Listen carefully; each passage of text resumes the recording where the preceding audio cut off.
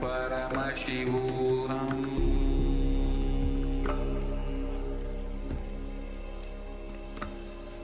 Om Nityananda Paramashivoham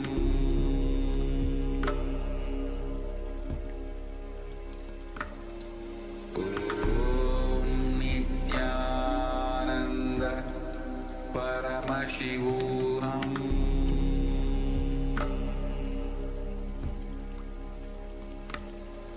Om Nityananda Paramashivoham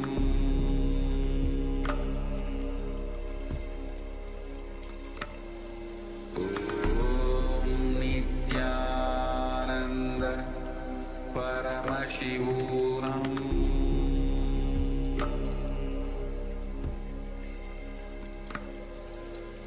Om Nityananda Paramashivoham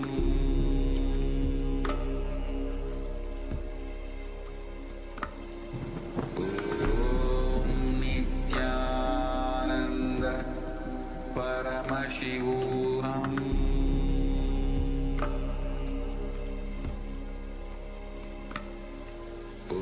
Om Nityananda Paramashivoham Om Nityananda Paramashivoham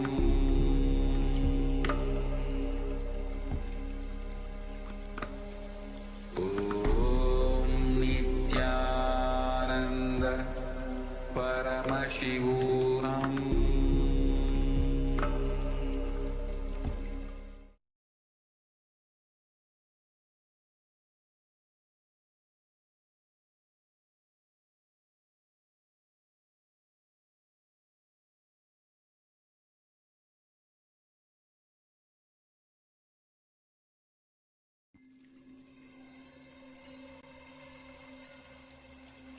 I welcome you all with my love and respect. Let you all open all your three eyes. Om Nityananda Paramashivoham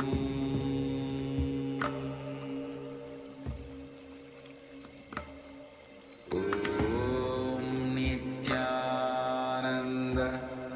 Paramashivoham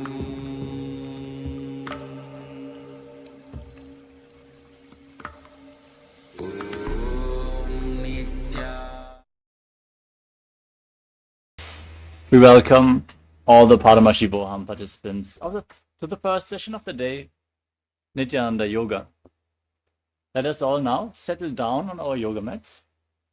Prepare your Panchapatam and Udani, a cup with a spoon with some water, for the ritualistic cleansing. And all the male bodies, please remove your upper cloth and apply Vibhuti on the 16 places all over your body, as you can see on our acharyas here. Wear your Rudraksha Mala. Apply any aushadas you have available, like kumkum, sandalwood powder with water and some turmeric, which you can apply on your temples. And if you have any other aushadas from the Supreme Pontiff of Hinduism, you can wear them now. Let us all now settle down in a comfortable cross-legged position with your head, neck, and spine in a straight line. Join your hands in Namaskara Mudra in front of the heart center. Close your eyes. Take a deep breath. Visualize Swaminji in your inner space as we chant the Sadguru Vandanam.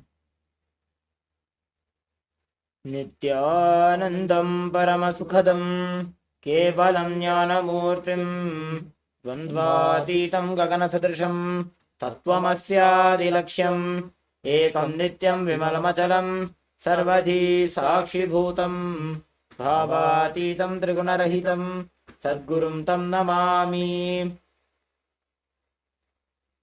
Next, we will invoke Paramashiva's presence by chanting the Shiva Mula mantra, Om Ham Ham Shivaya Namaha, 11 times internally.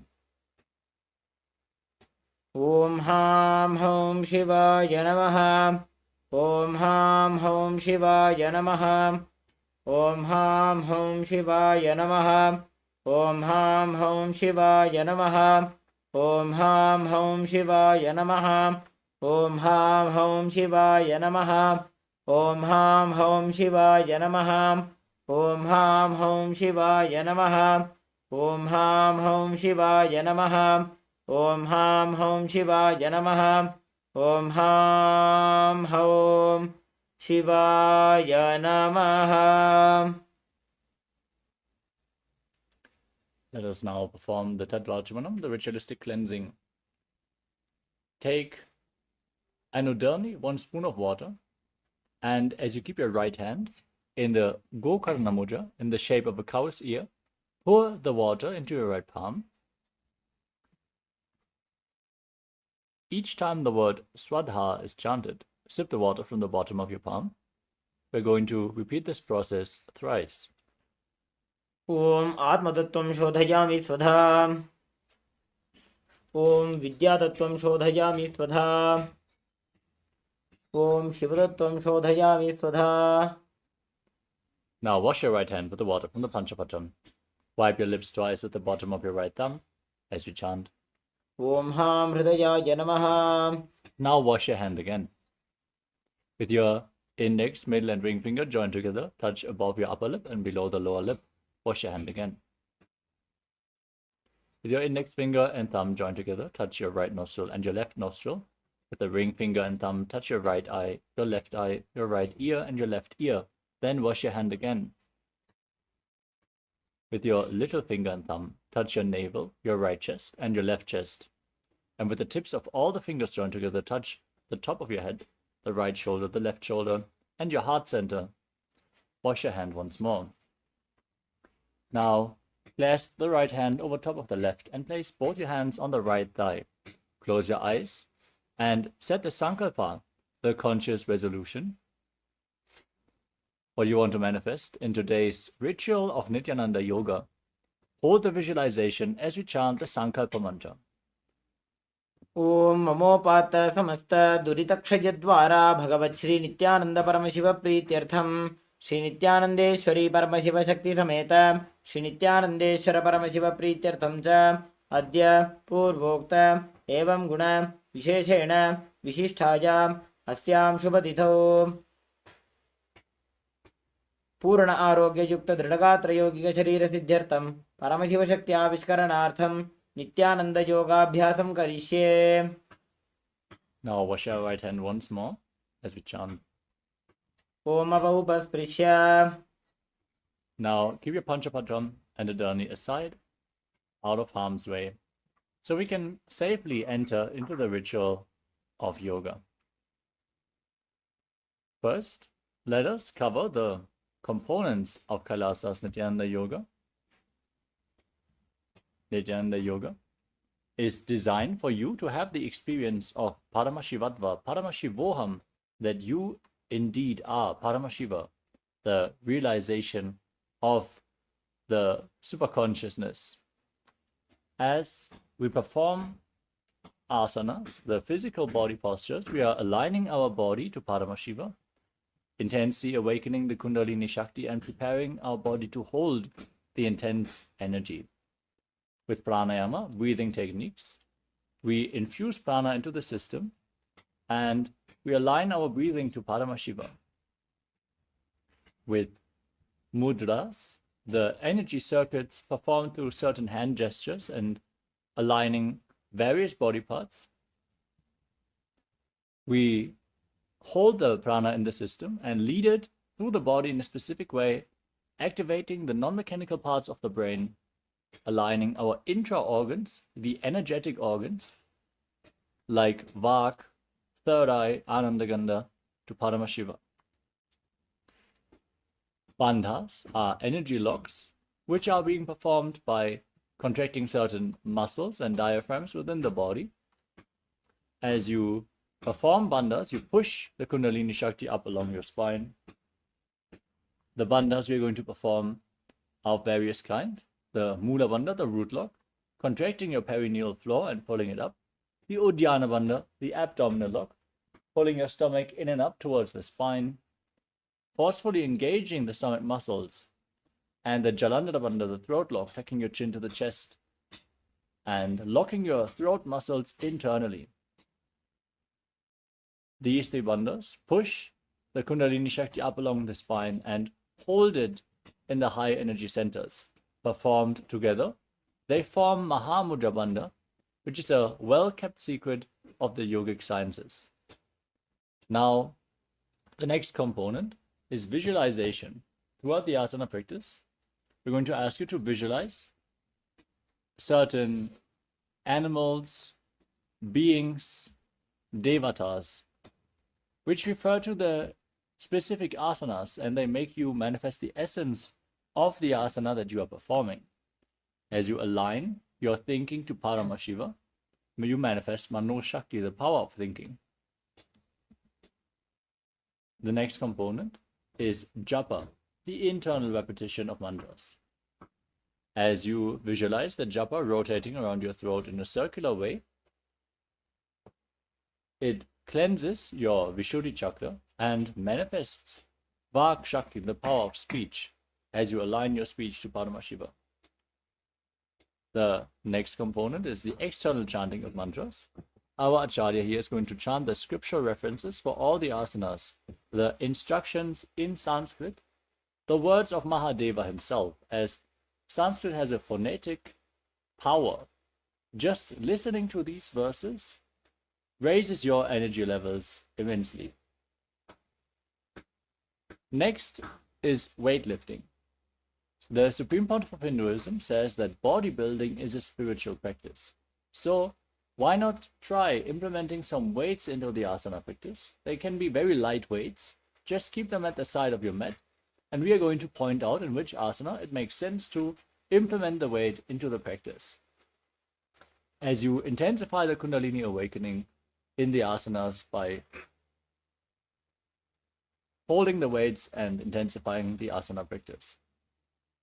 Next up is mandala, the representation of the cosmic energies, the gods and goddesses. As you can see in the background, we are projecting the Shri Yantra, which is a microcosmic reflection of the whole macrocosmos. The entire universe is reflected in this mandala. As you just gaze at this mandala, your cosmic DNA is awakened and the macrocosmic energies are reflected onto your microcosmos. So just gaze at the yantra in the background, intensely but gently, like you would gaze at a rose. Now, the next component is abharana. As you can see, our acharyas are wearing rudraksha beads. These rudraksha beads, they have the capacity of holding spiritual energy more than any other stone could. So, wearing rudraksha makes you hold the higher energy space throughout the day. So, wear rudraksha beads at any given time. Finally, we have aushadha, the spiritual alchemy products like vibhuti and kumkum. Apply it on your skin and infuse prana into your system through the skin. As before mentioned, you can also apply any other aushadha that you have received from the Supreme Pontiff of Hinduism for this session of Nityananda Yoga. With the components covered, it is clear that Nityananda Yoga is a science to raise your energy and manifest your higher possibilities and powers. Let us now enter into the first asana of this sequence,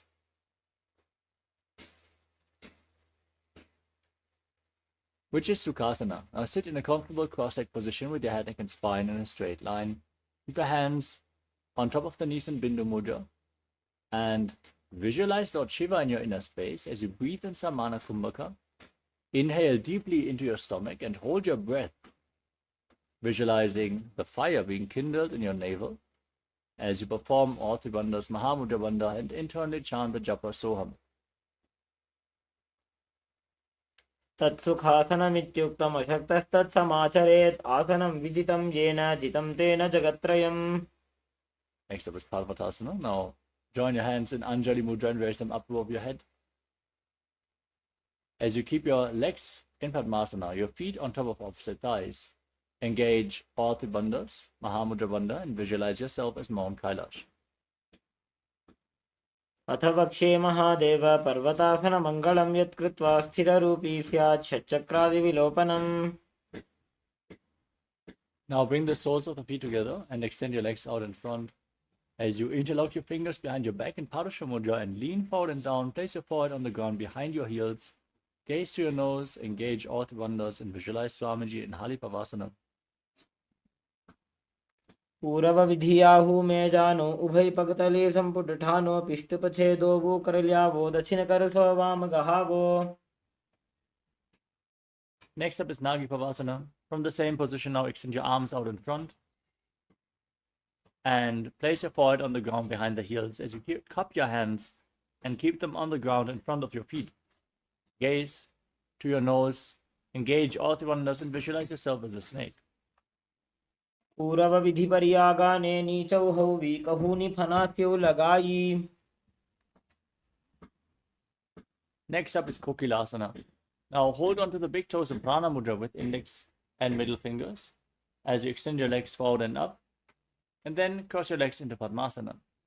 Lean forward and down onto your elbows, engage all the bandhas, and visualize yourself as a bird. अथान्यदासनं वक्षे येन सिद्धो भवे नरः. Next up is Nityasana. Now stack your knees and ankles, hold on to opposite elbows, and rotate your arms in a circular motion as you engage all the bandhas. Gaze to your nose, visualize Swamiji in your inner space, and change the direction of the movement every once in a while. गोड़ा बामा पादकी आशमाहिली सोज दक्ष चरण को बार लौता परिकुल्भ समोज.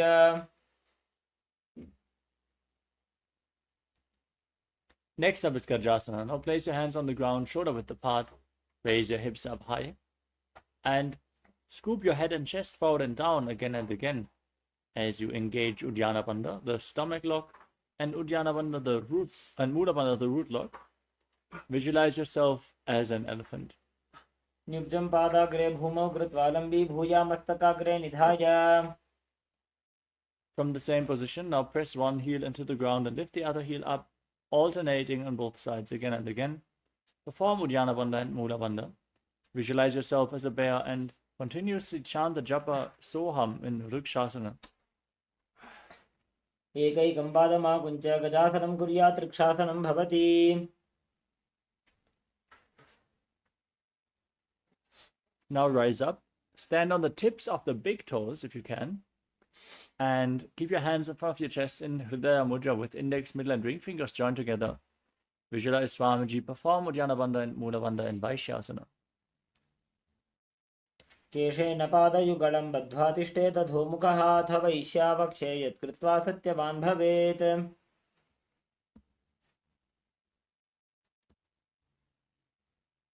Next up is Urdhva Janukarana.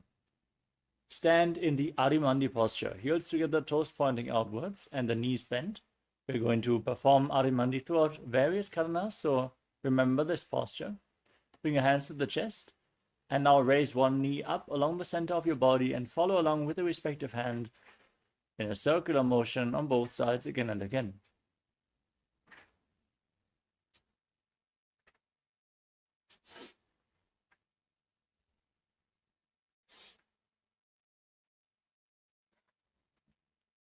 Next up is Palalingasana. Now, interlock your fingers from the outside in Sarva Shankari Mudra.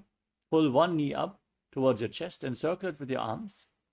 As you visualize yourself holding a baby, engage all the bandhas, Mahamudra Bandha. एकं जानुरसि आलिङ्ग्य स्थातव्यं बाललिङ्गनं भवति. Next up is Pada-Pidanasana. Now bring the raised foot behind towards your buttocks, holding it with both hands interlocked in Padusha Mudra. Engage all the bandhas and visualize Swamiji in your inner space. स्थित्वैकस्मिन् पादतले कराभ्यां वेष्टयेत् तनुं पृष्ठे संस्थाप्य यत्नेन पादपीडनमासनम्.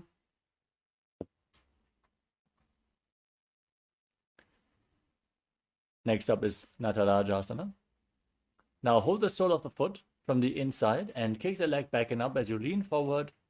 Extend your front arm and keep the hand in Bindu Mudra, index finger and thumb together, visualizing yourself as Lord Nataraja.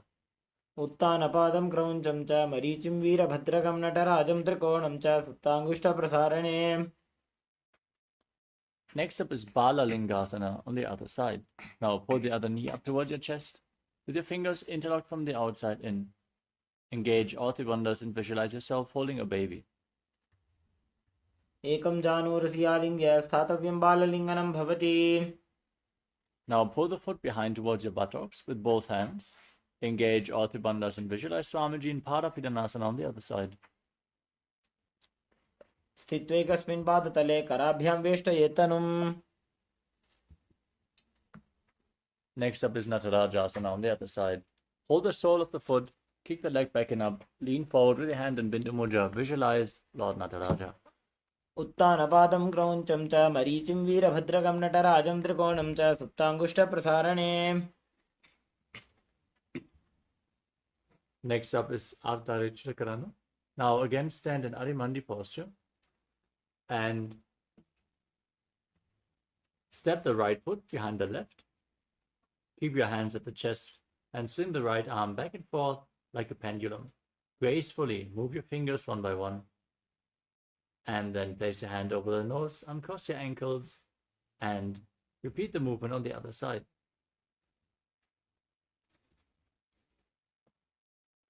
We move on to the skeleton dance. Now, visualize yourself as a skeleton as you shake your body intensely. Hold the visualization of your bone structure. You are just bones. There's no muscles, no tissue, just bones.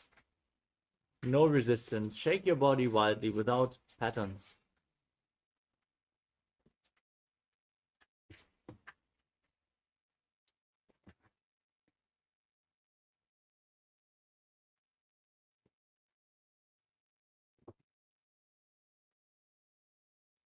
Next up is Katichinakarana. From Adimandi position, bring your hands above your head, cross them with the palms facing back, turn your body to one side, open up your arms above your head, cross them again at the center, repeat this movement again and again.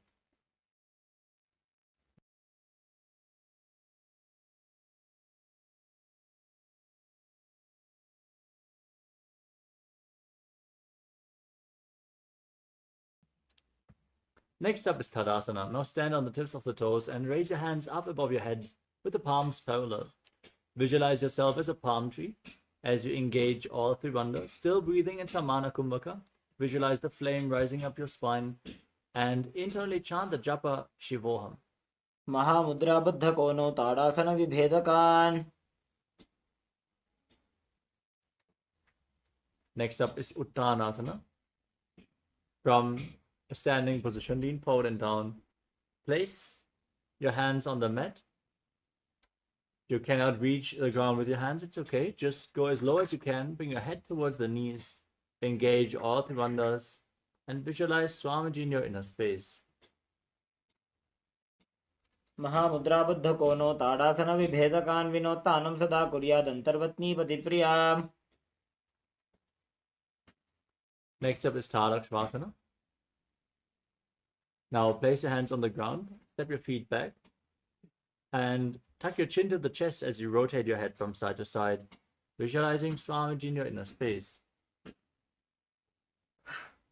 गजासनमस्थित्वा मस्तकं वारं वारं दक्षिणकुक्षिं सव्यकुक्षिं नयेत्. Next up is Bhujangasana. Now lower your body down onto your stomach and lift your upper back by the strength of your lower body. Don't push yourself up with your hands. Pull yourself up with your back muscles. Open your mouth and inhale through the hollow of your throat in Bhujangani Mudra as you visualize yourself as a cobra. अंगुष्ठनाभिपर्यन्तम् अधो भूमो विनिन्यसेत् कराभ्यां च धरां धृत्वा ऊर्ध्वशीर्षफणीवहि. Next up is Shashasana. Now push your body up into a plank position and alternate pulling your knees in towards your chest back and forth. Breathe calmly through your nose in Sahadra Kumbhaka as you lead the prana along your spine, holding it along the various energy centers as you visualize Swamiji in your inner space. गजासन संस्थितो एकैकं पादं पुरोमार्गेण भ्रामयित्वा कर्तव्यं शशासनं भवति. Next up is Rathasana. Now, step one foot in between the two hands, jump the foot back and bring the other foot to the front simultaneously again and again as you visualize yourself as a chariot. गजासन संस्थितो एकैकं पादं पुरोमार्गेण भ्रामयित्वा कर्तव्यं रथासनं भवति.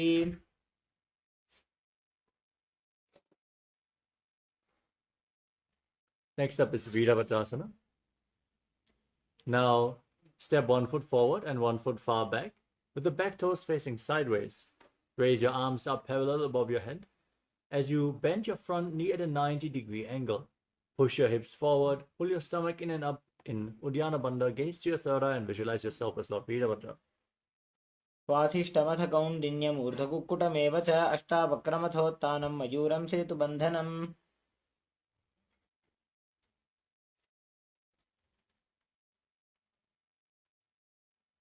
Now repeat Virabhadrasana on the other side. Raise your arms up above your head. Gaze to your third eye. Visualize yourself as Lord Virabhadra. स्वासिष्ठमथ कौण्डिन्यम् ऊर्ध्वकुक्कुटमेव च अष्टावक्रमथोत्थानं मयूरं सेतुबन्धनम्. The next asana is a Vrikshasana. From a standing position, place the right foot towards the inner left thigh. Join your hands in Anjali Mudra and raise them up above your head. Keep your elbows straight. Engage Uddiyana Bandha and visualize yourself as a tree. पामोरुमूलदेशे च याम्यं पादं निधायतु तिष्ठेत् वृक्षवद्भूमौ वृक्षासनमिदं विदुः.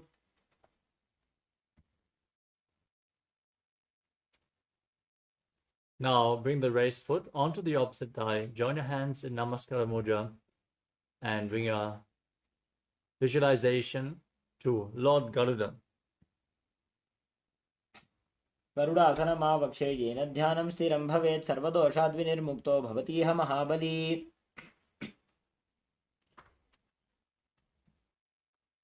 Now repeat the Vrikshasana on the other side. Lift the left foot towards the inner right thigh with the heel at the groin. Join your hands in Anjali Mudra. Raise them up. Pull your stomach in up and visualize yourself as a tree. वामोरुमूलदेशे च याम्यं पादं निधायतु तिष्ठेत् वृक्षवद्भूमौ वृक्षासनमिदं विदुः.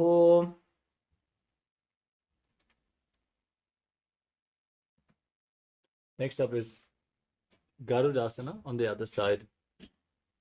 Bring the raised foot onto the opposite thigh, hands in Namaskara Mudra and visualize yourself as Lord Garuda. गरुडासनमावक्षे येन ध्यानं स्थिरं भवेत् सर्वदोषाद्विनिर्मुक्तो भवतीह महाबली. Next up is Trikonasana.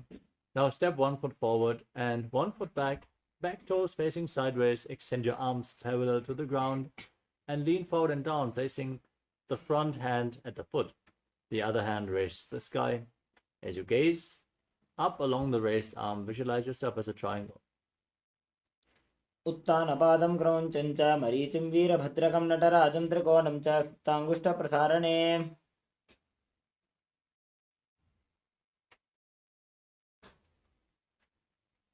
Now exchange the position of your feet and repeat Trikonasana, the triangle posture on the other side. उत्तानपादं क्रौञ्चं च मरीचिं वीरभद्रकं नटराजं त्रिकोणं च सुप्ताङ्गुष्ठप्रसारणे.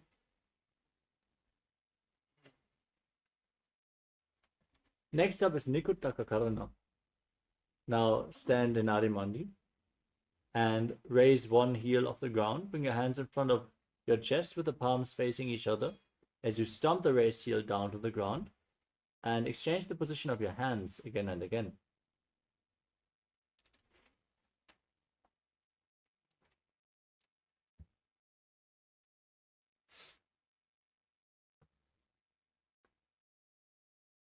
Next up is Angushtasana. Now lower your body down and sit on the raised heels. Keep the knees off the ground. And join your hands in Namaskara Mudra in front of your chest. Visualize Swamiji in your inner space. Breathe in Brahmari Kumbhaka. Start buzzing like a bee on the inhalation and exhalation as you internally chant Sadashivoham in Angushtasana. कबन्धासनमित्याहुः गोरक्षासनमेव च अङ्गुष्ठमुष्टिकं ज्ञेयं ब्रह्मप्रासादितं तथा. Next up is Saurasana.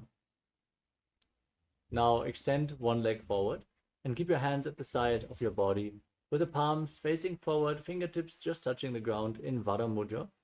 Visualize Swamiji in your inner space in Saurasana. प्रसार्य एकं पादतलं संस्थाप्य त्वैकपादकम्.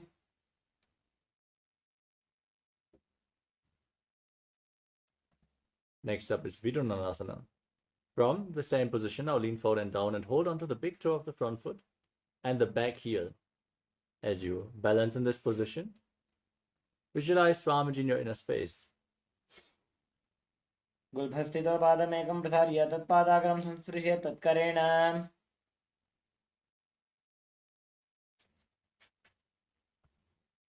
Next up is Saurasana on the other side. Now extend the opposite leg forward, hands at the side, palms facing forward. Visualize Swamiji in your inner space. प्रसार्य एकं पादतलं संस्थाप्य त्वैकपादकम्. Next up is Vidunanasana. Now lean forward and down, hold on to the big toe of the front foot and the back heel as you visualize Swamiji in your inner space. गुल्भस्थितो पादमेकं प्रसार्य तत्पादाग्रं संस्पृश्य तत्करेण.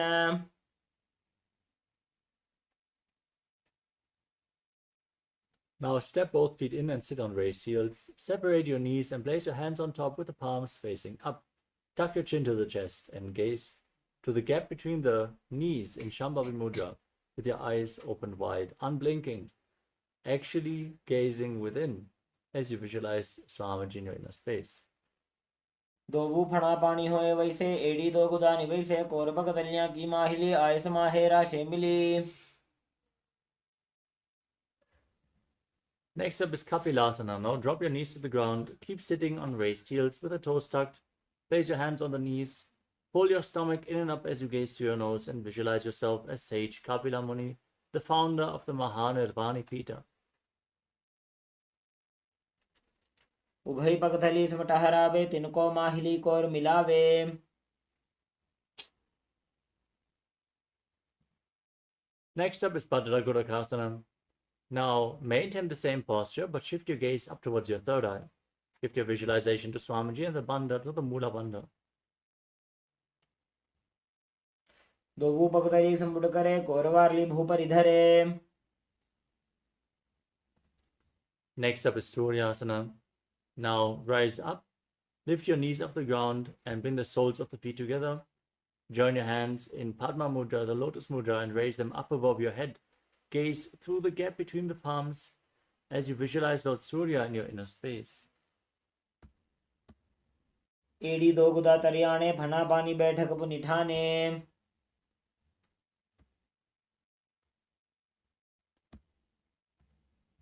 Next up is Mandukasana. Now bring your feet flat and place your hands on the knees as you press your tongue up flat against the palate of your mouth in Manduki Mudra. Gaze towards your third eye and visualize yourself as a frog as you breathe calmly through your nose in Sahadra Kumbhaka. पादतलौ पृष्ठदेशे अङ्गुष्ठे द्वे च संस्पृशेत्.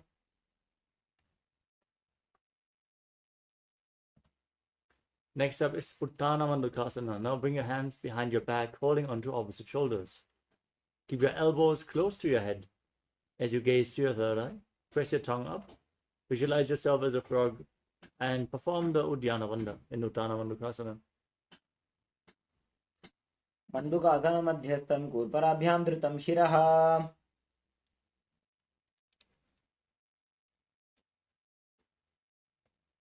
Next up is Simhasana. As you cross your ankles and sit on your heels. Place your hands on the knees, gaze to the nose, stick out your tongue, exhale forcefully again and again while visualizing yourself as a lion in Simhasana. दक्षिणं सव्यकुल्फेण दक्षिणेन तदेकरं हस्तौश्च जान्वौ संस्थाप्य साङ्गुलीश्च प्रसार्य च. We move on to Bhadrasana. Now join the soles of your feet behind and separate your knees as you place them on the ground. Cross your arms behind, hold onto the big toes in Prana Mudra. Tuck your chin to the chest, gaze to the nose, visualize Swamiji in your inner space, and return to buzzing like a bee in Brahmari Kumbhaka in Bhadrasana. कुल्भौ च वृषणस्याधो व्युत्क्रमेण समाहितः. Next up is Kakapushandi Asana. Now, squat with your feet flat, your knees separated, bring your arms in and around the raised knees, and try to interlock your fingers behind your back. If you can't reach your hands, just reach as far as you can. Gaze through your nose and visualize yourself as a crow. प्रथमे बेसक उकडठाने दोवु हाथ पगमी च आने.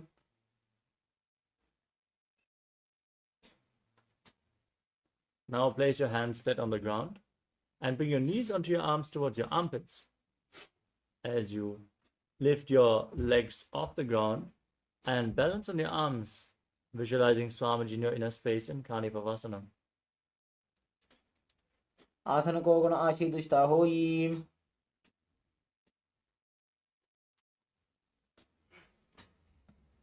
Next up is Kapali Asana. Now place your head on the mat and lift your legs up high in the first inverted posture of this sequence. If you have any neck or spine injuries or high blood pressure, please don't perform any of the inverted postures before you ask your doctor if it is okay for you to perform these poses. Gaze to the nose and visualize Swamiji in your inner space in Kapali Asana. शीश शीशा धरती ते की पगदोवु मिलिवा ऊंचा कुकरे. Gently lower your body down.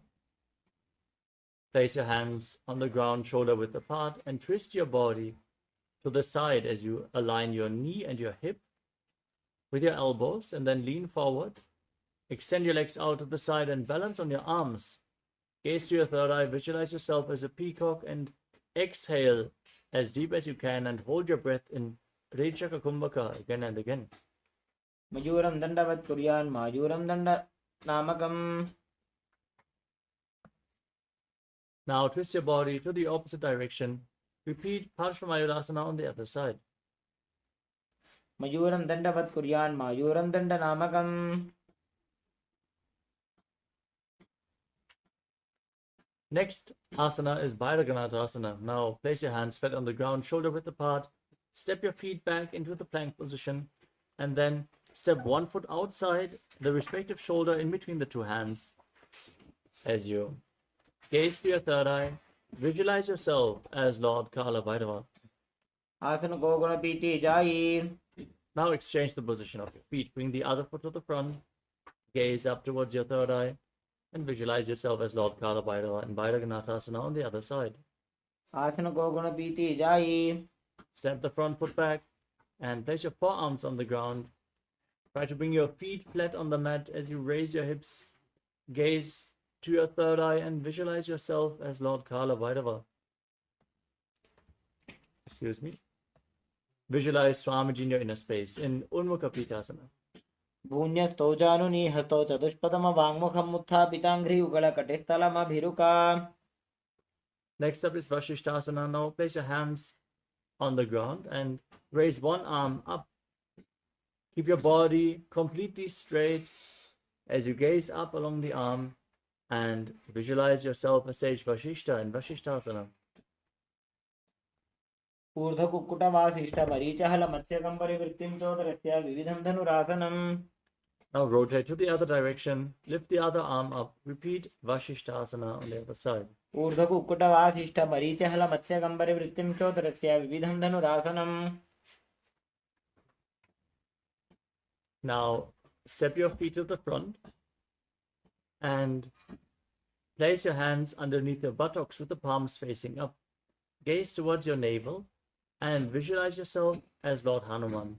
Keep breathing in Rechaka Kumbhaka, tuck your chin to the chest, and internally chant Mahasadashivoham in Anjani Asana. दो करके उभय हथेली कोरबारली मैले भेली.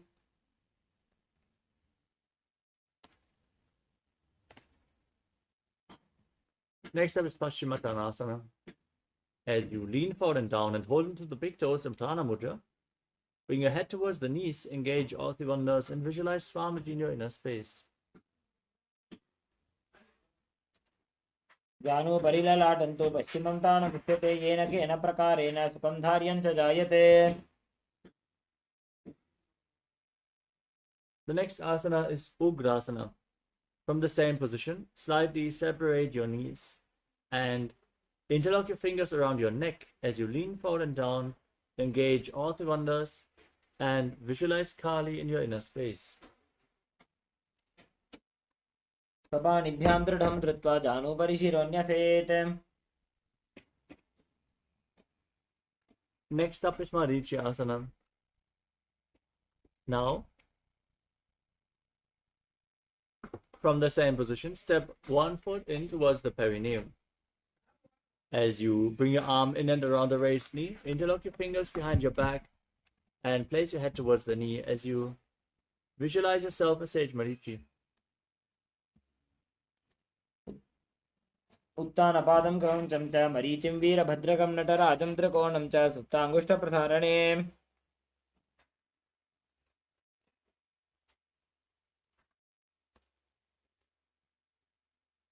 The next asana is Mahamudasana. Now drop the waist into the ground.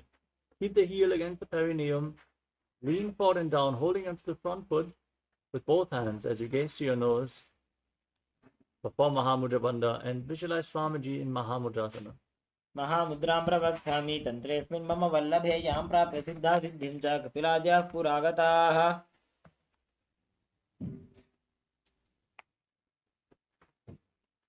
Now repeat Marichi Asana on the other side.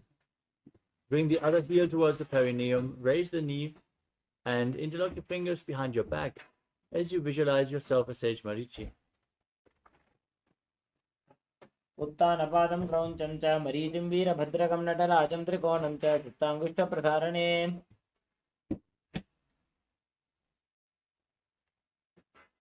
Now repeat Mahamudrasana on the other side. Drop the knee down, lean forward and down, hold onto the front foot, engage all Trivandhas.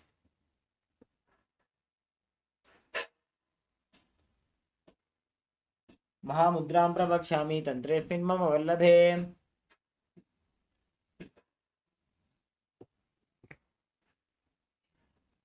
Next up is Bhadrasana 2. Now join the soles of your feet together and keep the heels against the perineum. Interlock your fingers around the toes as you bring the knees to the ground. Gaze to your third eye and visualize Swamiji in your inner space. गुल्फौ तु वृषणस्यादः सीवन्त्याः पार्श्वयोः क्षिपेत पादपार्श्वे तु पाणिभ्यां दृढं बद्ध्वा सुनिश्चलम्.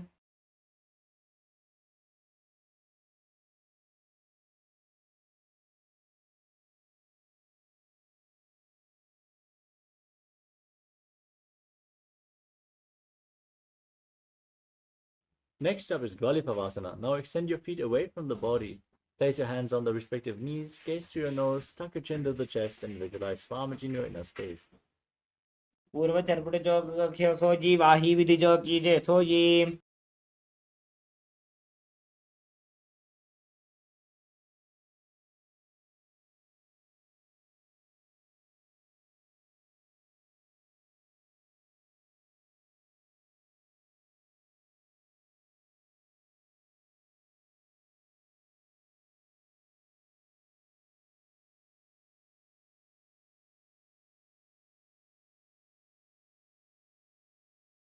Next up is Joni Asana. Now bring your feet back in towards the perineum and hold onto the soles of the feet as you lean forward and down. Place your chin to the toes, gaze to the nose, and visualize the Yoni Mandala, the visual representation of Devi Paramashiva Shakti herself.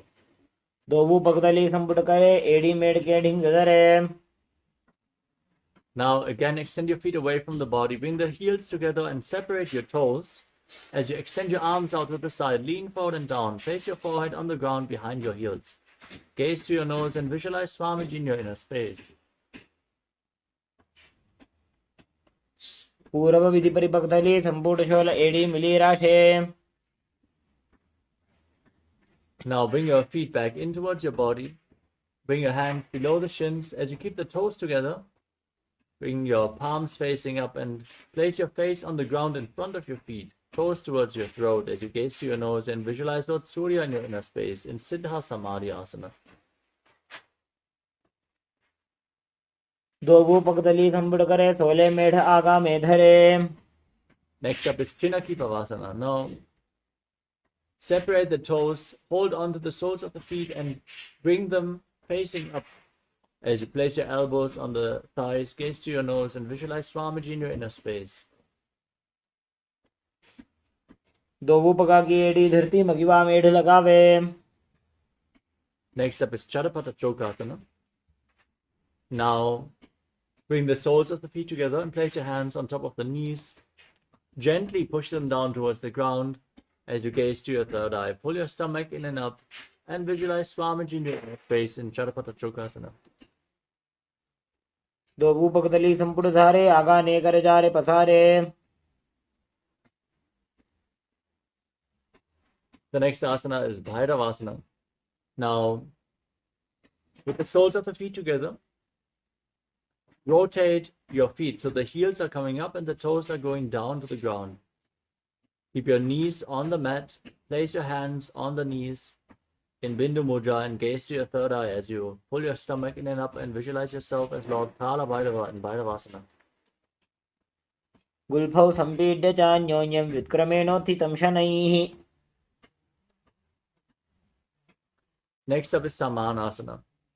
Now, bring one heel against the perineum and lift the other foot up with both hands against your chest.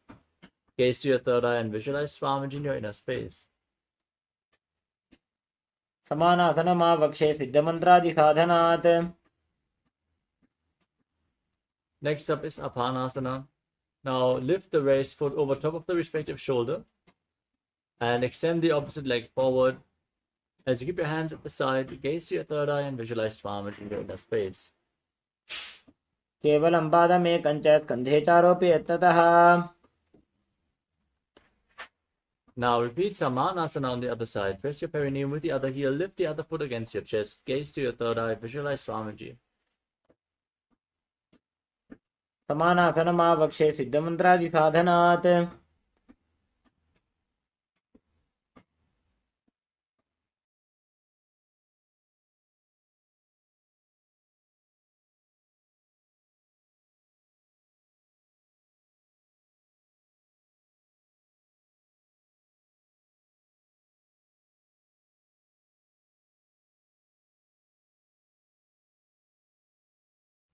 Now repeat Apanasana on the other side. Lift the other leg over top of your shoulder and extend the opposite foot forward. As you gaze to your third eye, visualize Swamiji in your inner space. केवलं पादमे कञ्च स्कन्धे चारोऽपि यत्नतः. Next up is Gomukhasana. Now stack your knees in front and keep your heels close to the hip. Interlock your fingers on top of the knees. Gaze to your nose. Visualize the face of a cow. Breathe in Siddhkari Kumbhaka. Press your tongue against the palate of the mouth without touching the teeth. As you hiss through your teeth on the inhalation, internally chant Om Nithyanandoham in Gomukhasana. सव्ये दक्षिणगुल्फं तु पृष्ठपार्श्वे नियोजयेत्. Now hold on to the big toes in Prana Mudra. Pull your stomach in and up, gaze to your nose and visualize yourself as Rishika Anasuya in Anasuyasana. सव्ये दक्षिणगुल्फं तु पृष्ठपार्श्वे नियोजयेत्. Now interlock your fingers behind your back and lean forward and down. Gaze to the nose as you bring it to the ground in Anasuyasana too. दक्षिण कोटों नीचे उठाने, बाहों ताके ऊपर आने. Next up is Garudasana too. Now bring the sole of one foot flat to the ground and raise the knee towards your chest. Bring the heel against your perineum and gaze to the nose as you visualize yourself as Lord Garuda.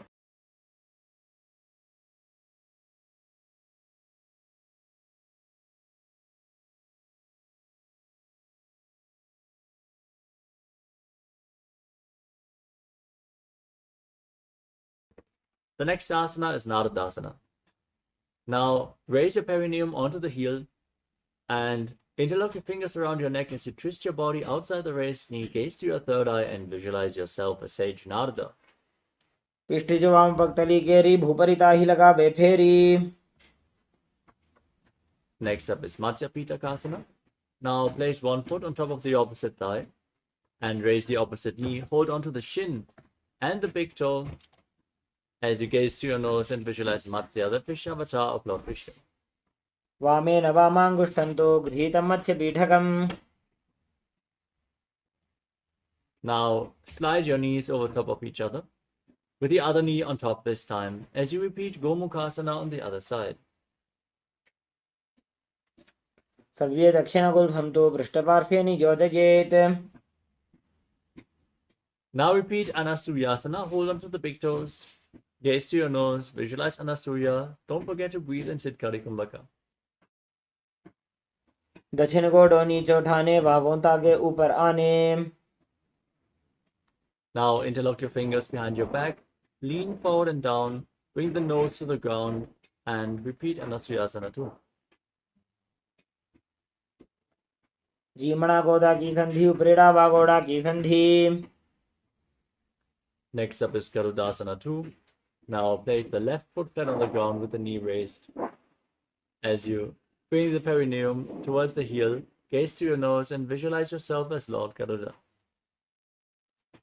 डाबो पगमोड़ी एडी माहिलो गुल्फमूल द्वारनी चैदे. Now raise your perineum onto the heel, interlock your fingers around your neck and twist your elbow outside the raised knee as you gaze up in Naradasana. पिष्टिज वाम पक्तली केरी भूपरिता ही लगावे फेरी. Next up is Matsya Pitakasana. On the other side, now place the other foot on top of the opposite thigh, raise the opposite knee, hold onto the shin and the big toe, gaze to your nose as you visualize Matsya, the fish avatar of Lord Vishnu. वामेन वामाङ्गुष्ठन्तो गृहीतं मत्स्यपीठकम्.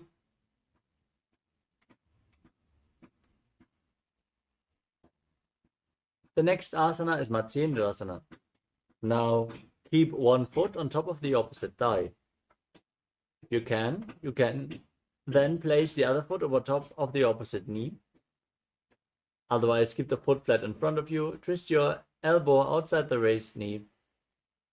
And keep the back hand on the ground as you place the other hand towards your neck. Gaze to your third eye and visualize Sage Matsyendranath, the master of Hatha Yoga. उदरं पश्चिमाभासं कृत्वा तिष्ठति यत्ततः. Now extend the front arm down towards the foot. Hold onto the big toe in Prana Mudra as you place the other hand on the respective ear. Gaze back and up as you visualize yourself as a camel in Kubasana. आसन को न झोलो जाए. Now place the back hand on the ground behind you. Gaze to your third eye. Twist your spine. Visualize Sage Matsyendranath in Matsyendrasana too. मत्स्येन्द्रपीठं जरर प्रदीप्तिं प्रचण्डरुक्मण्डलखण्डनास्त्रम्. Next up is Matsyendrasana on the other side. Exchange the position of your feet. Place the other hand on the ground behind you as you twist your body around the raised knee. Hold your neck, gaze to your third eye and visualize Sage Matsyendranath. उदरं पश्चिमाभासं कृत्वा तिष्ठति यत्ततः. Now place the front arm at the foot and the back hand on your ear. Gaze up and visualize yourself as a camel in Kubasana. आसन को न झोलो जाए. Now place the back hand on the ground. Keep holding onto the foot at the front as you gaze to your third eye and visualize Sage Matsyendranath in Matsyendasana too. मत्स्येन्द्रपीठं जठरप्रदीप्तिं प्रचण्डरुक्मण्डलखण्डनास्त्रम्. Next up is Padmasana, the lotus posture. Now place your feet on top of opposite thighs, hands on the knees, gaze to the nose, engage all three bandhas. Visualize yourself as Lord Shiva as you breathe in Sitali Kumbhaka. Press your tongue against the teeth and hiss through the teeth as you inhale, as you internally chant Om Nityananda Mahasada-shivoham. आसनं द्विविधं प्रोक्तं पद्मं वज्रासनं तथा. Next up is Padmasana 2. Now cross your arms in front of your body and catch a hold of the big toes in Prana Mudra. Gaze to your nose as you visualize yourself as Goddess Parvati, the consort of Lord Shiva. आसनं द्विविधं प्रोक्तं पद्मं वज्रासनं तथा. Next up is Kukkutasana. With your legs in Padmasana, bring your hands through the gap between the thighs and calves. Lift your body off the ground and balance on your arms as you visualize yourself as a rooster and breathe calmly through your nose in Sahaja Kumbhaka. पद्मासनं सुसंस्थाप्य नान्भोरोरन्तरे करो. Next up is Baddha Asana. Now, rise up onto your knees with your legs in Padmasana. Turn your hands so they are facing towards your body and then rest on your elbows. As you lift your legs off the ground and balance on your arms, visualize Swamiji in your inner space. धरामौष्टभ्यकरद्वेन तत्कोर्परिस्थापिता नाभिपार्श्वः. Now extend your legs to the back and balance on your arms as you visualize yourself as a peacock in Mayurasana. अथ पक्षे Mahadev मयूरासनमुत्तमम्. Now lay down on your stomach. Interlock your fingers around your neck and turn your feet outwards so the toes are pointing to the side and the heels are on the ground. Visualize yourself as a crocodile and breathe calmly through your nose in Makarasana. अध्यासशेते हृदयं निधाय भूमौ च पादौ च प्रसार्यमानो. Next up is Shalabhasana. Now keep your hands next to the shoulders and raise your legs off the ground. Engage your lower back as you visualize yourself as a locust. अध्यासशेते करयुग्मवक्षो भूमिमवष्टभ्यकरयोस्तलाभ्याम्. Now bend your knees and hold onto the feet as you pull them towards the outside of your hips. Place your heels on the ground if you can as you visualize yourself as a camel in Ushtrasana. अध्यासशेते पदयुग्मव्यस्तं पृष्ठे निधायापि धृतं कराभ्याम्.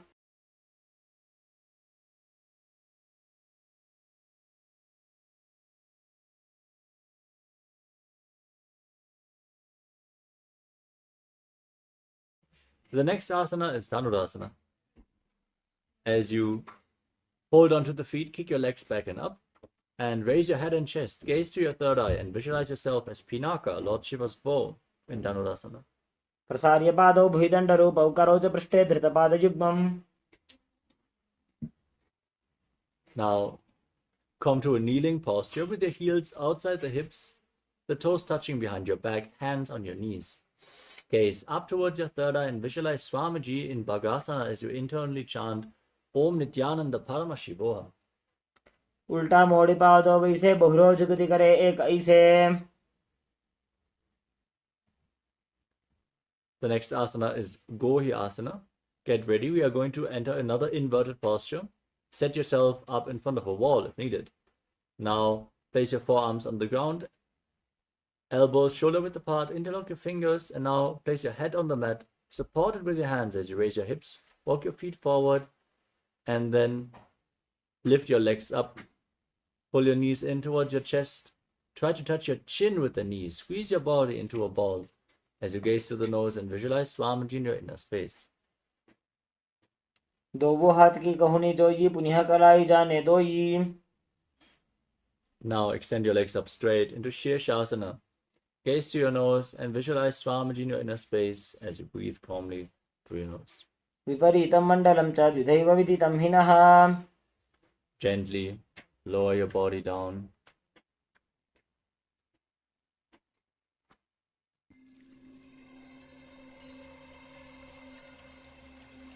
I welcome you all with my love and respect.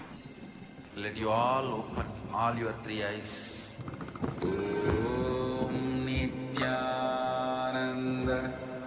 Paramashivoham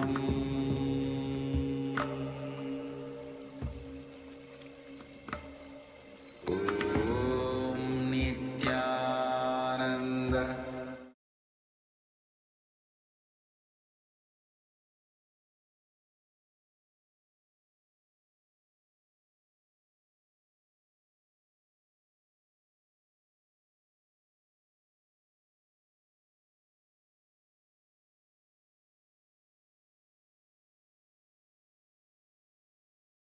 Om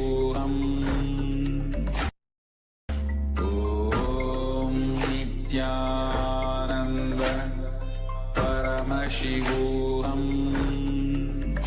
Om Nityananda Paramashivoham Om Nityananda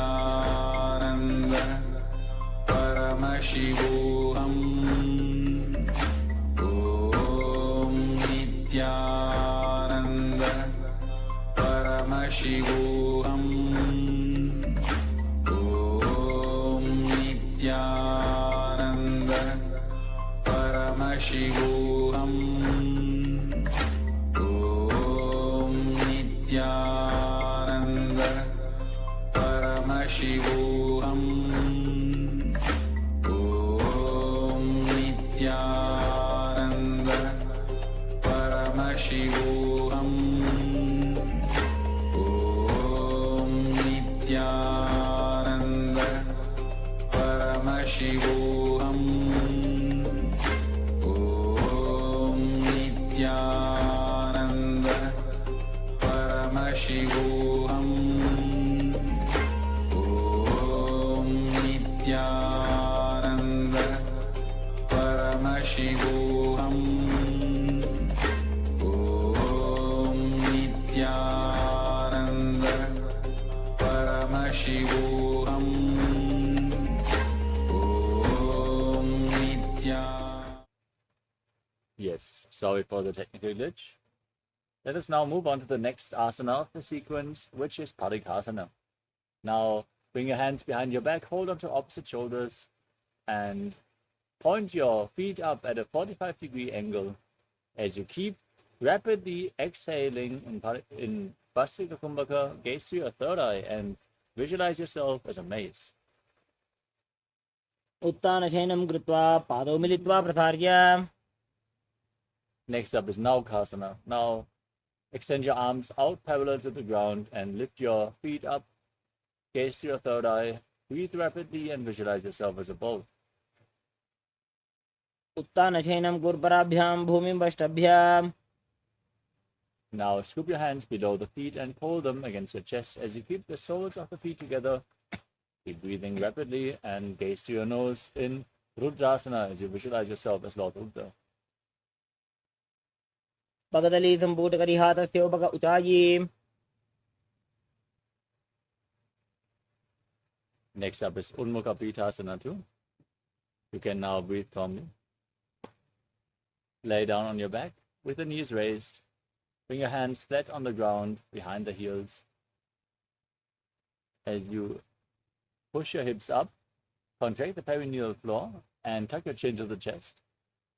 As you breathe in Mocha Kumbhaka, exhale as you keep your throat locked in Jalandhara as you gaze through the nose and visualize Swamiji in your inner space. ऊर्ध्वे च जानुनी कृत्वा शवेत्वोर्ध्वमुखं तथा Now lay down flat on your back. Keep your hands at the side of your hips, palms facing up. Completely unclutched from your body in Shivasana. As you pull the Kundalini Shakti upwards along your spine in Shakti Chalan Mudra and visualize that your body is dead. Swamiji is liberating you. In turn, to chant the Mahavakya Om Nityananda Paramashivoham. उत्तानं शववद्भूमौ शयनं तोषवासनं सवासनं श्रान्तिहरं चित्त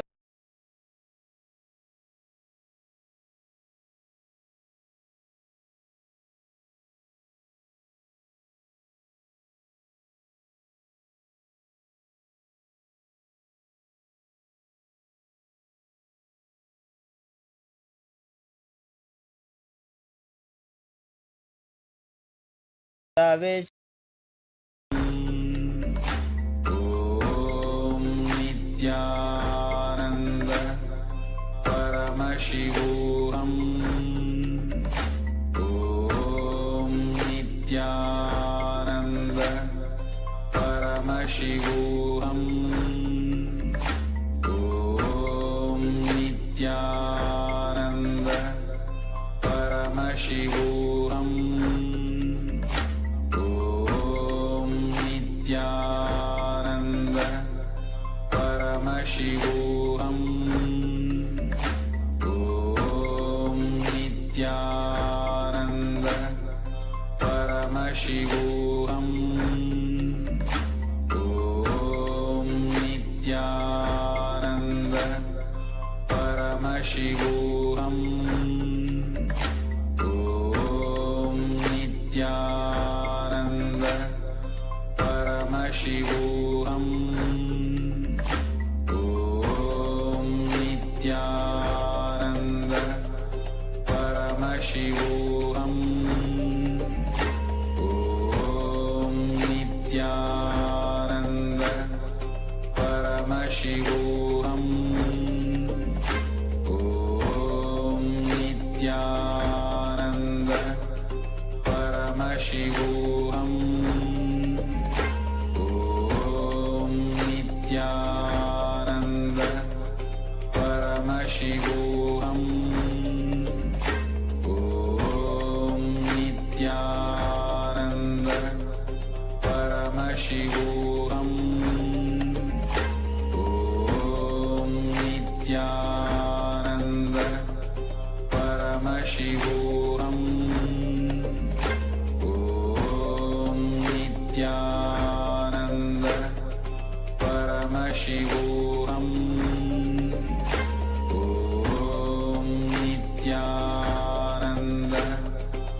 परमशिवोऽहम् ॐ नित्यानन्द परमशिवोऽहम् ॐ नित्यानन्द परमशिवोऽहम् ॐ नित्यानन्द परमशिवोऽहम् ॐ नित्यानन्द परमशिवोऽहम् ॐ नित्यानन्द परमशिवोऽहम् ॐ नित्यानन्द परमशिवोऽहम् ॐ नित्यानन्द परमशिवोऽहम् ॐ नित्यानन्द परमशिवोऽहम् ॐ नित्यानन्द परमशिवोऽहम् ॐ नित्यानन्द परमशिवोऽहम् ॐ नित्यानन्द परमशिवोऽहम् ॐ नित्यानन्द परमशिवोऽहम् ॐ नित्यानन्द परमशिवोऽहम् ॐ नित्यानन्द परमशिवोऽहम् ॐ Nityanand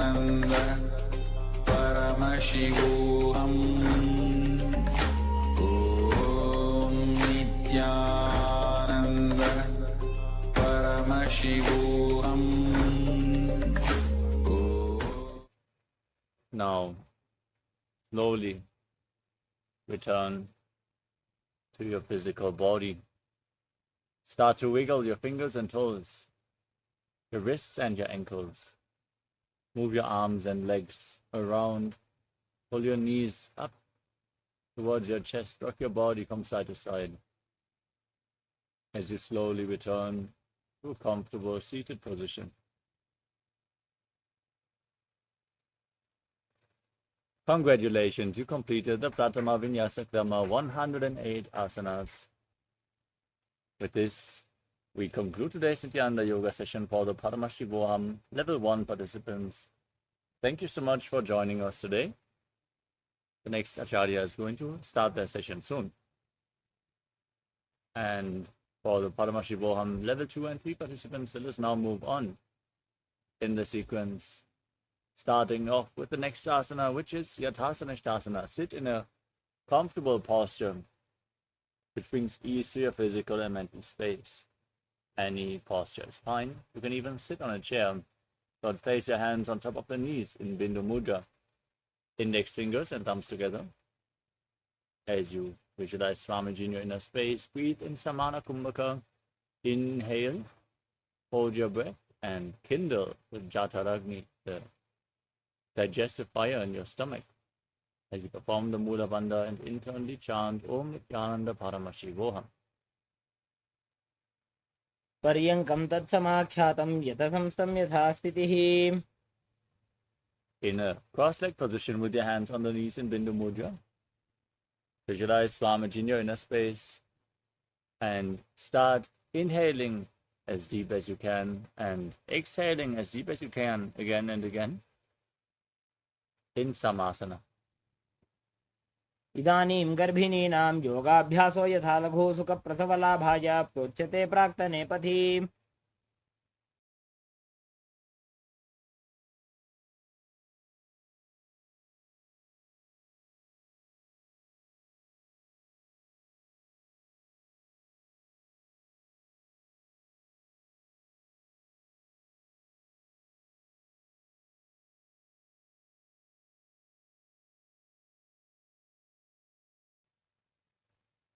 The next asana is Muktasana. Now bring your left heel against the perineum and place your right foot on top of the left.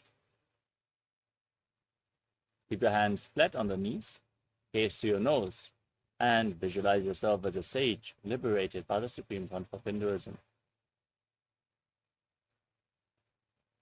निपीड्य सेविनीं सूक्ष्मां दक्षिणेतर गुल्पतः वामं यां येन गुल्फेन मुक्तासनमिदं भवेत्.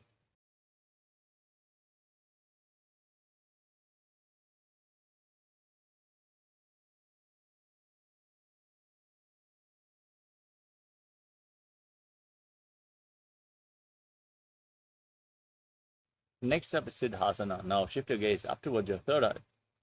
Visualize Swamiji in your inner space and keep breathing in Samana Kumbhaka.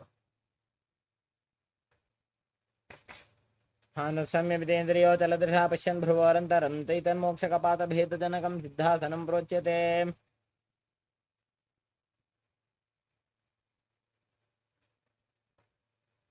Next up is Siddhyasana.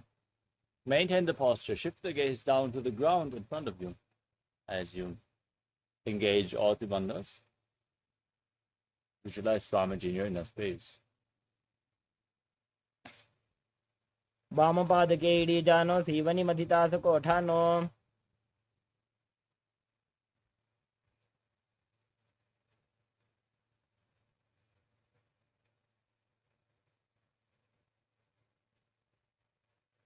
Next up is Rudrasana 2. Now rotate your hands on top of the feet into Bindu Mudra. Gaze to your third eye as you visualize yourself as Lord Rudra. वामचरण परिदक्षिण राखे एक जुगति ऐसे विधि दाखे.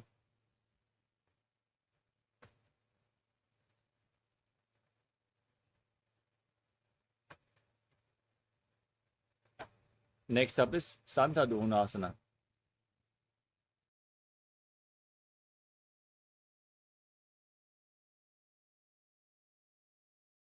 As you sit in a cross-legged position with your hands on the knees in Bindu Mudra, gaze to your nose and embody tranquility and an unshakable nature. आसन की गुणमन की चंचलता meet. The next asana is Siddhasana too. Now bring your hands to your navel, one palm cupped over the other in Samputa Mudra, resembling a lotus flower, as you visualize Swamiji in your inner space in Siddhasana too. ऋजुकाय समासीन सिद्धासनमुदीरितं प्रसार्य भुवि पादौ तु दोर्भ्यामङ्गुष्ठमादरात्.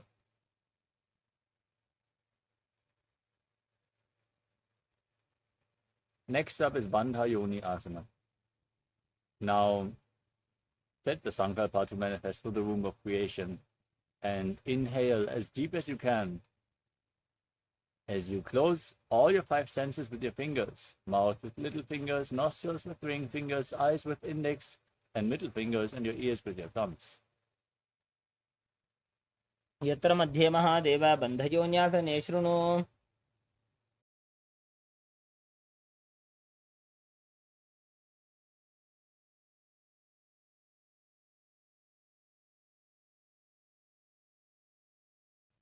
The next asana is Virasana.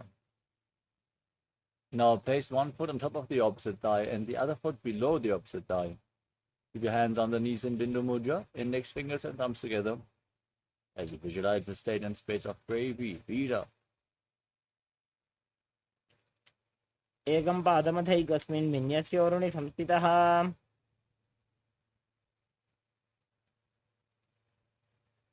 Next up is Valmikasana. Maintain the position with your hands on the knees in Bindu Mudra.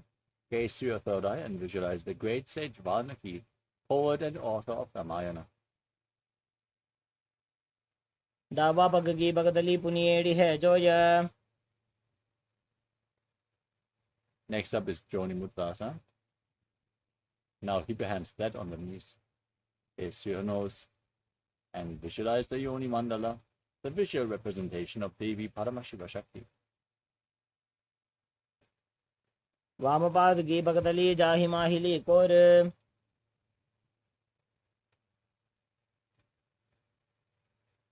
Next up is Yoni Asana. Now shift your gaze up towards your third eye. Maintain the position and the visualization. Visualize Yoni Mandala. योन्यासनं पर्वतेन योगं योगफले नीलम्.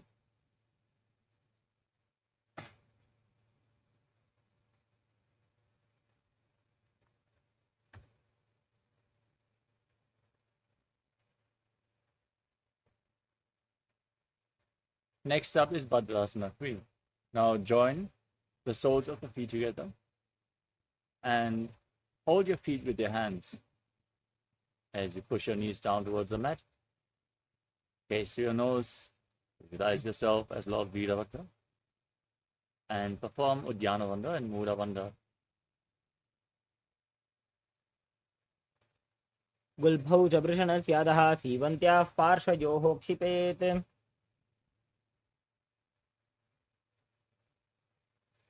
Next up is Agodasana. Now maintain the same position with your legs. Place your left hand on the knee and cover your mouth with your right hand, closing the left nostril, inhaling through the right, then closing the right nostril, holding the breath. Now exhale through the left and inverse the breathing flow in Abhyantara Kumbhaka again and again as you gaze up towards your third eye. Press your tongue upwards in Kechari Mudra along the nasal tract if you can, as you visualize yourself as an Agori in Agodasana. पूर्व कहो भिश्रिका जोजी बाही विधि जोगी जैसो जी. Next up is Kanari Pavasana. Now, from the same posture, separate your heels. Place your elbows on your heels. As you lean forward and down, rest your chin on your hands and gaze to your nose as you engage Uddiyana Bandha and Mula Bandha. Breathe in Rechaka Kumbhaka, exhale and hold your breath and visualize yourself as a female elephant drinking water. बालिपाव आसन कख्यो है जैसे Yahoo में जाने विदिते से। Next up is Padasana. Now raise your knees, bring your hands below the feet and interlock your fingers in front as you raise your feet off the mat and gaze to the nose, visualizing Swamiji. ततोर्ध्वं रेचयेत् वायुं हृदनिश्वास संयुतम्। Next up is Gopi Chandasana. Now interlock your fingers around the toes and pull them against your chest. Bring your chin on your hands, gaze to your nose and embody the state and space of a king. पूर्व विधिपगा का अंगूठा कंठ को पराशे। Next up is Uddarasana. Now scoop your hands below the feet, interlock your fingers around the toes and lift the toes up against your chest as you gaze to your nose and visualize your body free from any defects. दोवु पगदली संपुटटाने उभय हस्त करिवर दहिताने। From the same position, now raise your feet even higher in front of your face as you visualize yourself excelling in everything. दोवु पगदली जोड़ी संपुट करे।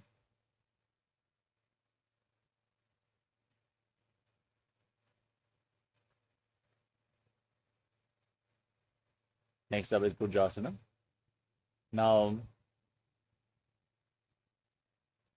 lift your legs over top of the respective shoulders and visualize yourself as a cobra as you bend your elbows up and interlock the fingers around your neck if you can. शिरासनं तो विज्ञेयं कक्षासनं ततः परं ग्रीवासनं च परमं भुजासनं इहोच्यते। Next up is Kalyanasana. Now, with your legs over the shoulders, bend your elbows down and interlock the fingers behind your neck as you gaze to your nose and visualize yourself as a beautiful, auspicious goddess. दो हाथ पगम बीच आने तिनको गोड़ा नीचे ठाने।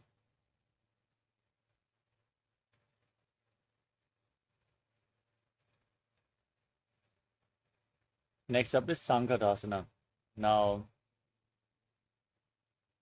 sit on the left heel as you keep the left foot flat on the ground and stack the right knee over top, bringing the right heel to the left hip. Place your hands onto opposite knees and visualize yourself as an elegant swan. वामपादं चितेर्मूलं संन्यस्य धरणीतले।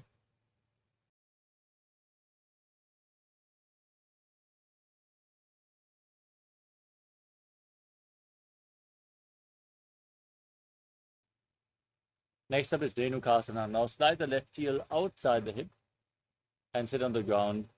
Keep your heels at the hip and place your hands on the top knee as you visualize a cow in your inner space. Engage Uddiyana Bandha and Mula Bandha and breathe in Ujjayi Pranayama, making an ocean-like sound with your mouth in Dhenukasana. अनुषागी Nagar पंचडम रहीलिंद कल्यमनी। Next up is Machandrasana. Now place the right foot onto the left thigh and the left foot onto the right knee. Bring your left arm behind. Reach for opposite thighs with your hands as you catch a hold, twist your spine even further. Gaze to your third eye as you visualize Swamiji in your inner space. वामजंग प्रदक्षिणटाने वामहस्त पिष्टी दिशा आने। Next up is Machandrasana 2. With your legs in the same position, lean forward and down, holding on to the big toes of Prana Mudra. Place your forehead on the mat and visualize Swamiji in your inner space. प्रथमजी मनोचरण जोई वामजंग परिराखे सोई। Next up is Guru Asana. Now, interlock your fingers and place them on the top knee as you engage your Bandhas and visualize Swamiji, your Guru, in your inner space. ऊर्मूले इतरपादस्य कनिष्ठिका प्रदेशगुल्भं संस्थाप्य। Now place the top of the right foot flat, sit on the right heel as you stack the left knee over top in Sankatasana on the other side. Visualize yourself as an elegant swan. वामपादं चितेर्मूलं संन्यस्य धरणीतले पाददण्डेन जाम्येन वेष्टयेद् वामपादकम्। Slide the right foot outside the hip. Sit on the ground, engage Uddiyana Bandha and Mula Bandha as you visualize a cow in Dhenukasana. Anushagi Nagar Banchadam Prishilinda Galyamni. Now repeat Machandrasana. Place the left foot on the right thigh and the right foot on the left knee. Now bring the right arm behind, twist your spine, hold onto your thighs as you gaze up and visualize Swamiji. Vamajanga Pradachinatane, Vamahastapishti Disane. Next up is Machandrasana 2. Now hold onto the big toes and lean forward and down as you visualize Swamiji in your inner space. Pratamaji Manocharna Joji, Vamajanga Parirake Soji. Next up is Guru Asana. Now interlock your fingers, place them on the top knee, engage all three bandhas as you visualize Swamiji. Urmule Idrabadasya Kanishtika Pradesha Gulbham Samstapya. Next up is Pashasana. Place your feet flat, knees raised against your chest. Pull them close with opposite hands as you cross your arms in front. Press your tongue up. Engage Jari Mudra, gaze to your third eye and visualize Swamiji. पादतले भूमो निधाय जाननयुरुषि निधाय विपरीतहस्ताभ्याम् ऊरुसहितजङ्गे निबध्य. Next up is Bodha Shukasana. From the same posture, hold on to your wrists and place your chin on the knees as you gaze at the nose and visualize yourself residing in an abode of bliss. दो पगदली भूपरिधरे korma हिलिये शेकरे. Next up is Kurakatasana. Now bring your hands underneath your legs. Hold on to opposite elbows below your knees as you gaze to your nose and visualize Swamiji in your inner space. मूलद्वारि धरती परिठाने डाबा पग परिध चिपद आने. Now cross the right foot over the left. Keep holding onto your elbows as you keep your toes pointing up, gaze to your nose and visualize the great sage of Maharishi Sumati in Sumati Asana. मूलद्वारि धरती परिठाने डाबा पग परिध चिपद आने. Next up is Dandasana. Now extend your legs out forward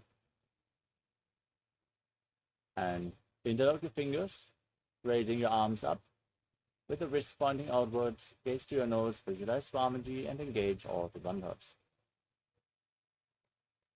इदानीं गर्भिणीनां योगाभ्यासो यथा लघु सुखप्रसवलाभाय प्रोच्यते प्राक्तने पथि. Next up is Arambhasana. Now lean forward and down. Hold on to the big toes and Prana Mudra as you start breathing in Nadi Shodhana. Inhale through one nostril and exhale through the other alternatingly as you clean your nadis. Lead the prana along your spine, along the chakras. Visualize Swamiji in your inner space. दो पग मिली वा पसारी पगा का अंगूठा पकड़ी लीलाट गोड़ा लगावे.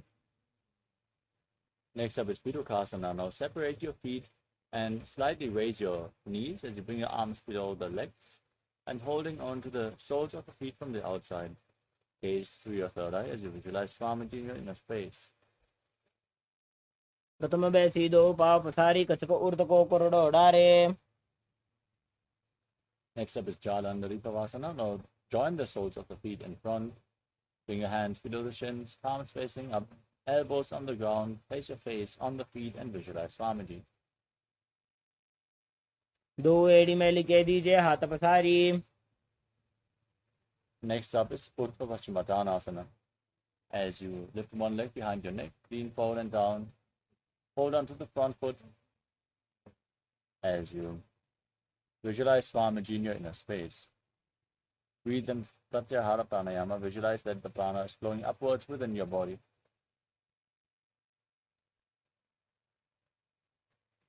पश्चिमतानवत् संस्थितिं कृत्वा एकं पादं ग्रीवायां धृत्वा तिष्ठेत्. Now lean back with the leg behind your neck. Keep the opposite leg extended forward as you gaze to the nose and visualize you are infinite, endless, eternal, Ananta. उत्तानशयनि एकैकं Pai ग्रीवायां विन्यस्य. Now roll onto the side.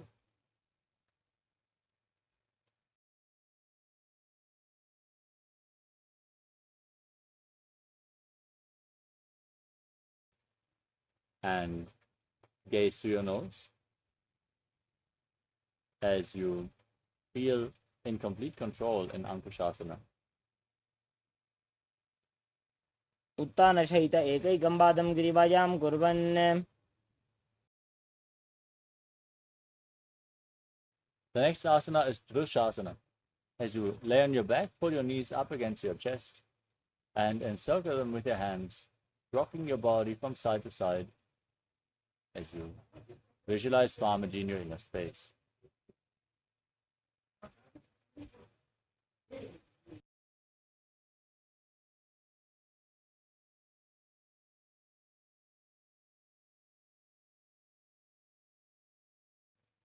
उत्तानशयनं जानुनि हृदयपष्टम्भ.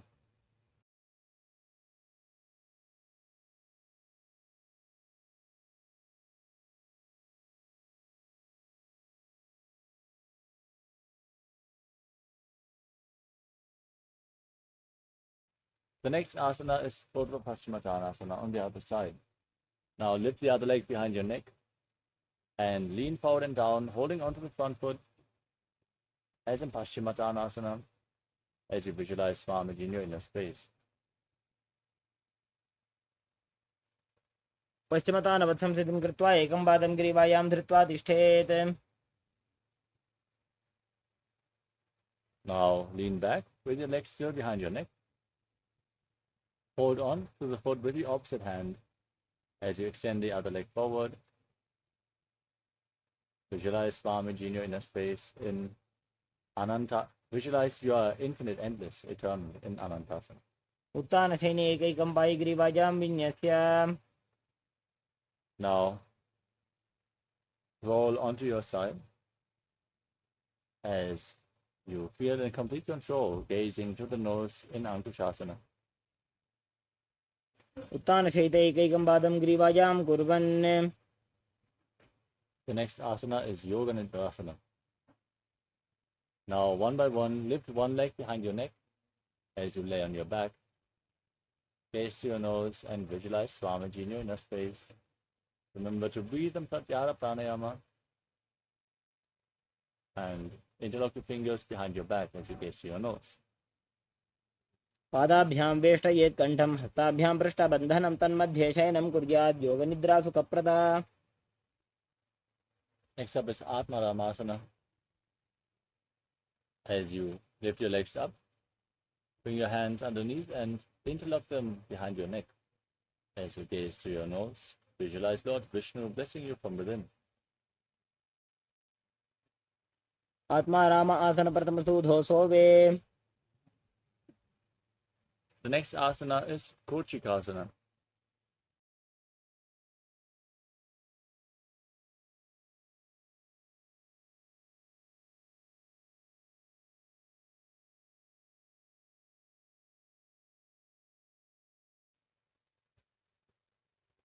As you lay on your back, extend your arms out to the side and pull your knees up against your chest with the soles of the feet facing up. Gaze to your third eye as you visualize Swamiji in your inner space. दो हाथ सीधा सा करे तेन सो उभय सपा करे. Next up is Jatara Parivritti. This asana consists of 3 steps. We're going to perform all 3 steps and then repeat them on the other side. First, come to a neutral position. Pull your knees up against your chest and extend your arms out to the side. Then drop one knee to the side and extend the opposite leg straight down. Bend both knees to the side. And then extend your legs to the side, hold on to the feet and gaze in the opposite direction. You visualize Swamiji, perform the Mula Bandha, breathe in Pratyahara Pranayama, and return to the neutral position. Now drop the other knee down to the side. Bend both knees to the side. Extend your legs to the side, hold onto the feet and gaze away from the feet. परिवृत्ते कुक्षे भागे त्रिधा हि परिकीर्तितः बद्धकोणं सुप्तकोणम् ऊर्ध्वकोणमथापि च.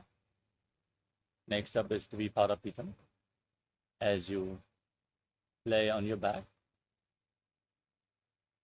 place your feet flat, knees raised, hold onto your ankles as you push your hips up high, gaze to your nose, and engage Jalandhara Bandha and Mula Bandha while breathing in Mocha Kumbhaka, visualizing yourself as sturdy as a bridge in Paramashivoham.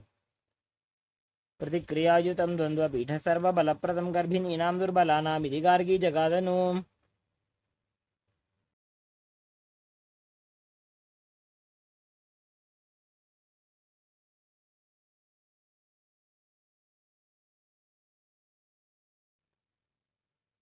Next up is Paryankasana. Now bring your hands over top of your shoulders, hands flat, fingers pointing towards your feet. As you push your hips up high, walk your hands and feet closer together. As you visualize yourself as sturdy as stone furniture, breathe calmly through your nose in Sahasrara Kumbhaka. उत्तानशयनं हस्ततलाभ्यां भूमिं वष्टभ्यः पादतलाभ्यां भूमिं धृत्वा. Now lay down on your back. Pull your knees to the chest. Bring your hands on the shoulders and move your legs in a circular motion, visualizing yourself as a dog playfully rolling around on its back. शरीरं संस्थाप्य जानुनी सम्मील्य नाभौ वाणिज्य. Next up is the Viparita Karani. Now keep your hands flat on the mat and lift your legs up straight. Point your toes upwards as you visualize Swamiji in your inner space. Breathe in Mocha Kumbhaka and move your legs in a circular motion. भूतले सशिरो दत्त्वा खेनये चरणद्वयं विपरीतकृतिश्चैषा सर्वतन्त्रेषु गोपिता. Now stop the movement of the legs. Point your toes upwards. Push your hips through all the way as you visualize Swamiji in Viparita Karani too. करणी विपरीताख्या सर्वाधिव्याधिनाशिनी नित्यम् अभ्यासयुक्तस्य जाटराग्नि विवर्धनी. Now drop the toes down over top of your head. Keep them on the ground. As you interlock your fingers behind your back, push your hands on the mat in Paramashivoham as you visualize yourself as a plow in Langalasana.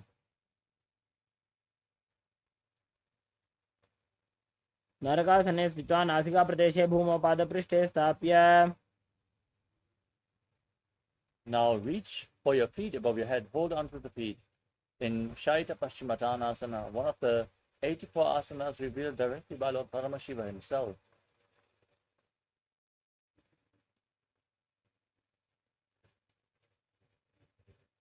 तानं शयित्वात् कुर्वीत शयितपश्चिमतानकम्.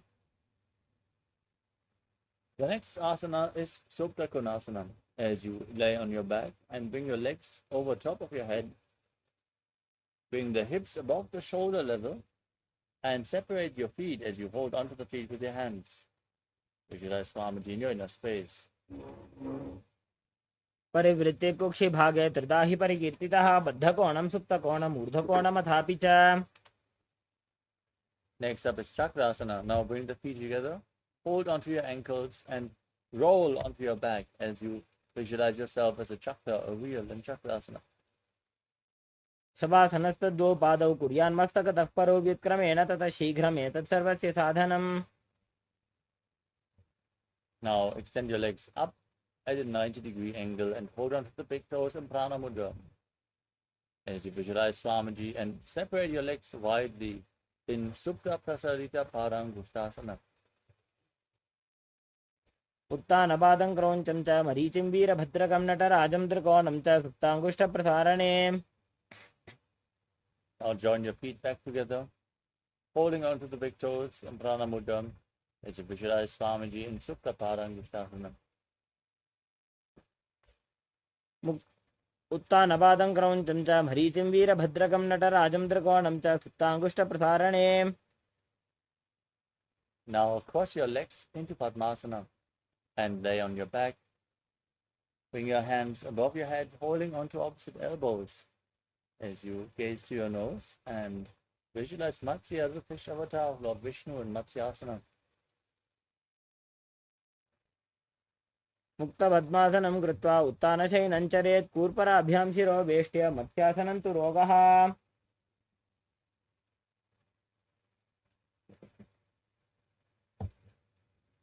Next up is Parasharamasana.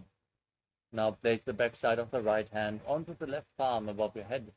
Keep your body in the same position. Otherwise, as you gaze to your nose, visualize Lord Rama in Parasharamasana. प्रथम करे पद्मासन आछे सूधो सोवे भूपरिपाछे. Next up is Sarvangasana. Now keep your legs in Padmasana and raise your knees and hips off the ground. As you support your lower back with your hands, rest your elbows on the ground for support. Gaze to the nose as you visualize Swamiji and breathe in Murja Kumbhaka with Jalandhara Bandha and Mula Bandha engaged in Sarvangasana. अथवा क्षेत्र संक्षेपात् सर्वांगासनम् उत्तमम्.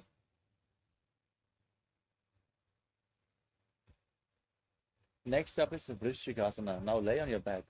Place one foot on the opposite thigh and pull the opposite knee against your chest as you extend your arms upwards. Tuck your chin to the chest and hook your fingers forward. Gaze to your third eye as you visualize yourself as a scorpion in Vrishikasana. प्रथमशेन सूधो शीशिके शिके सन्धि सुदाखे.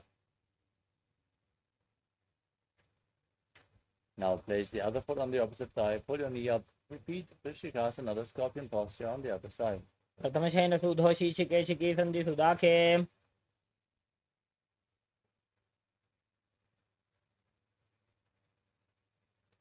Next up is Vrishabharakshipasana. Now lay on your back and interlock your fingers behind your neck. Lift both your legs off the mat and alternate, pulling one knee in towards your chest back and forth. And to visualize Swamiji in your inner space. शवत् शरीरं संस्थाप्य जानुनी सम्मील्य नाभुवानीज. Next up is Marottanasana.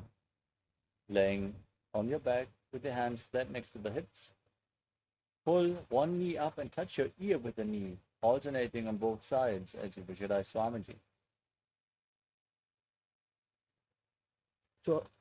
श्वोत्तानवत् संस्थिति कृत्वा जानुद्वयं पर्यायेन कर्णयोः संस्पृशेत्. The next asana is Uprikasana. As you lay on your back, place your feet flat and stand up and lay back down again and again. अथ उत्तानशयनं कृत्वा पादतलाभ्यां भूमिं धृत्वा.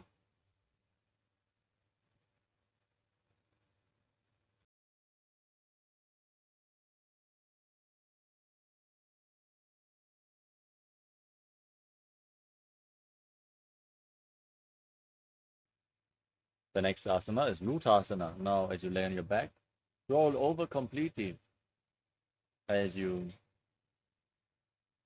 visualize Swamiji in your inner space and finally end in a prone position.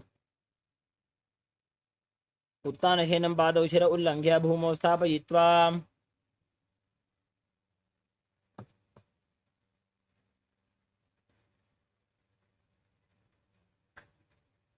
The next asana is Saratasana, laying on your stomach with your hands at your shoulders.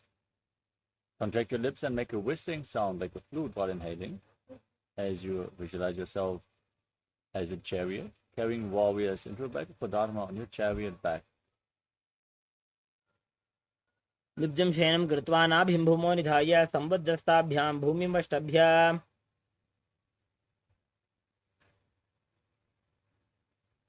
Next up is Deha Ulanganasana. Now push your body up into the plank position, jump your feet in between your hands back and forth as you visualize yourself, transcend body and mind.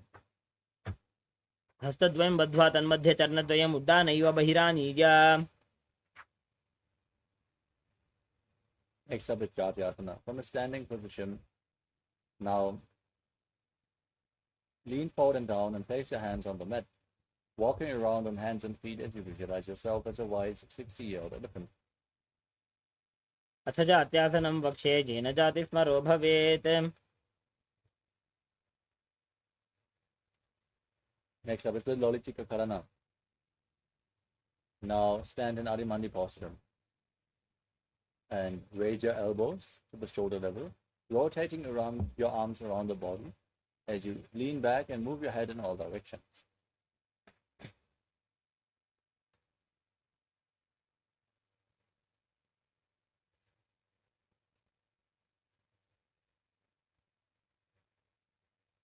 Next up is Sarvasana. Now you have a rope available, tie your feet to the rope, and then keep your arms close to your body, hands on your thighs. Stand erect on the mat like a rod as you visualize the Kundalini Devi rising and curling upwards around your body. अथ सर्पासनं वक्षे वायुपाणाय केवलं शरीरं दण्डवत् तिष्ठेत् रज्जुबन्धस्तु पादयोः. Next up is Pushta-Sadhanasana. Now lean forward and down and hold on to your toes with your hands as you clench your hands into fists. Walk around on the mat visualizing yourself as a camel. मुष्टिकनिष्ठिकाप्रदेशेन भूमौ निधाय उपरि पादतले संस्थाप्य. From the same position, now hold on to the toes from the side and walk around visualizing yourself as a horse in Ashvasana, the horse posture. मुष्टिकनिष्ठिकाप्रदेशेन भूमौ निधाय उपरि पादतले संस्थाप्य. Next up is Kapota Nitakasana. Now stand with your feet together and lean back as you interlock your fingers behind your back. Tilt your head back, open up your chest as you visualize yourself as a soaring bird diving. पादतले भूमौ निधाय पृष्ठभागेन हस्तो जङ्घापर्यन्तं नीत्वा. Next up is Thala Pushpa Putam Karana. As you stand in Adimandi, join your hands in Namaskara Mudra and bow down to one side, raising the respective heel and opening your palms to the side as you visualize yourself holding a bouquet of flowers and offering it to Paramashivoham.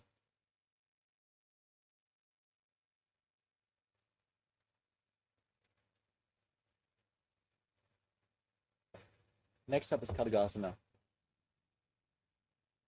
Now gaze to your nose and visualize yourself as a rhinoceros as you lay down on your stomach. Then jump your feet back up towards your hands and stand, extending your hands in Namaskara Mudra, resembling the horn of the rhinoceros.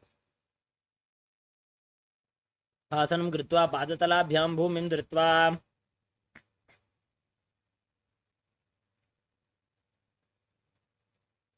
Next up is the Uttanottanam. Now hold on to weights if you want to intensify this asana. Then sit down or squat down as low as you can and stand back up. Gaze to your nose and visualize Swamiji in your inner space.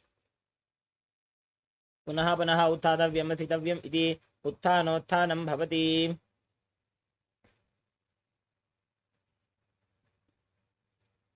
Next up is Musalasana.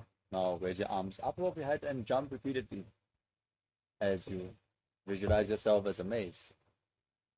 सरलं स्थित्वा ऊर्ध्वं बाहुनयेत् वारं वारम् उड्डानं कृत्वा.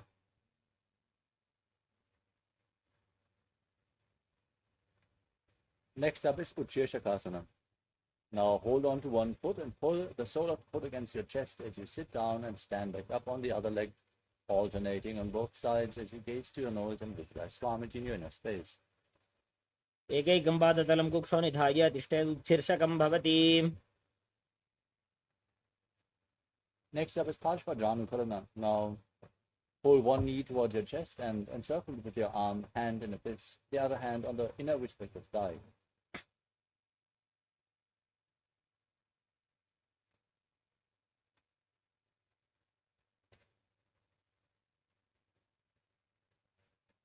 Next up is Tandavasana. Now extend your arms and one leg forward as you visualize yourself fiercely dancing as Lord Shiva. Hold on to weights and sit down and stand back up in Tandavasana. एकेन पादेन स्थातव्यं ताण्डवासनं भवति. Next up is Brahmanasana. Now raise one foot towards the inner opposite thigh. Your hands at the side as you visualize Lord Brahma blessing you from within. ब्राह्मणासनमावक्षे यत्कृत्वा ब्राह्मणो भवेत्. Next up is Garudasana 3. Now bring the left foot over and around the right knee. Tuck the left toes behind the right. Bring the left arm below the right and join your hands in Namaskara Mudra as you visualize yourself as Lord Karma. उत्तानकूर्मपीठं च सिंहस्गारुडमेव च वातायनं गोमुखं च भारद्वाजं त्रिविक्रमम्. Next up is Ekapadasana. Now bring the left foot onto the right thigh. Keep your hands relaxed by the side as you visualize Swamiji in your inner space. दक्षाङ्घ्रिं वामपादस्य जङ्घोपरि निधाय च. Next up is Dhruvasana, the poster posture. Now hold on to the left toe and extend the leg out to the side as you rotate quickly on the standing leg. Visualize yourself as a north poster. एकेन हस्तेन दण्डरूपस्य एकस्य पादस्याग्रं धृत्वा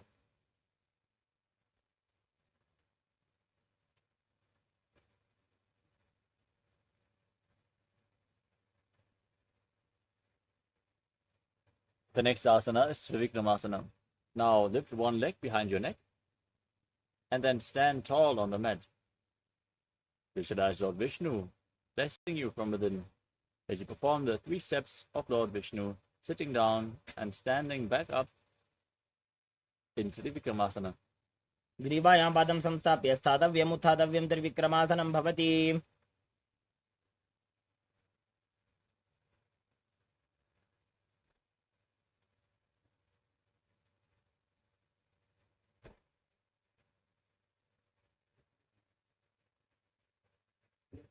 Next up is Parsvajanukharana on the other side. Now lift the other knee up and circle the knee with your hand in a fist as you keep the other hand on your inner thigh.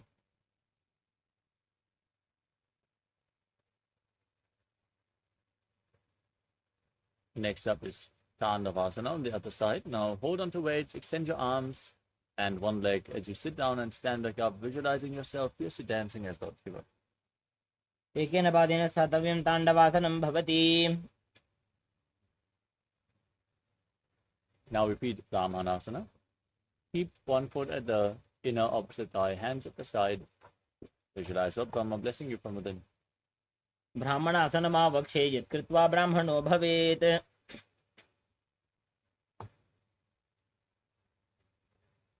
Now bring the raised knee over top of the opposite thigh, toes tucked behind. Bring the right arm below the left. As you join your hands in Namaskara Mudra, visualizing yourself as Lord Garuda. उत्तानकूर्मपीठं च सिंहस्गारुडमेव च वातायनं गोमुखं च भारद्वाजं त्रिविक्रमम्. Now raise the right foot onto the left thigh. Your hands at the side and visualize Swamiji in Ekapadasana. दक्षाङ्घ्रिं वामपादस्य जङ्घोपरि निधाय च.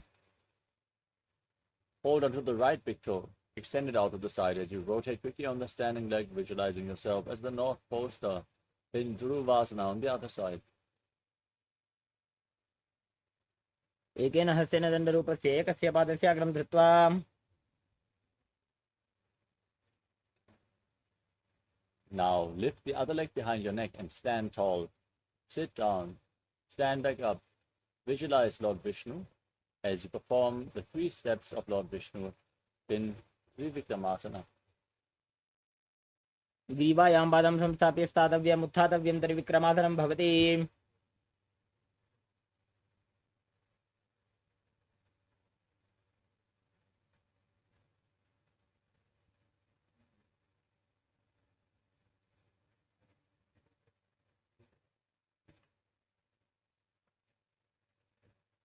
Next up is Samanakakarana. Now stand with your heels together, toes pointing outwards and your hands at the outside of your hips, fingers pointing one by one in this neutral posture. Relax from this intense sequence of asanas as you get ready for the final 100 asanas of the sequence, starting off with Gorak Anjali Asana. Now squat down as you bring your hands in between the legs, interlocking the fingers in front of your navel as you visualize the great sage Goraknath, the founder of the Natha Yoga Hindu Sampradaya, and breathe in Jiva Chala Kumbhaka. Inhale, hold your breath, and move the prana freely by the force of your will. प्रथमहि बोहोये बाहुरी नीचो पुनिहोवे. Next up is Kanchi Asana. As you squat down, interlock your fingers behind and Visualize Swamiji in your inner space. ऊर्मध्यात् हस्तो निवेश्य नितम्बं धृत्वा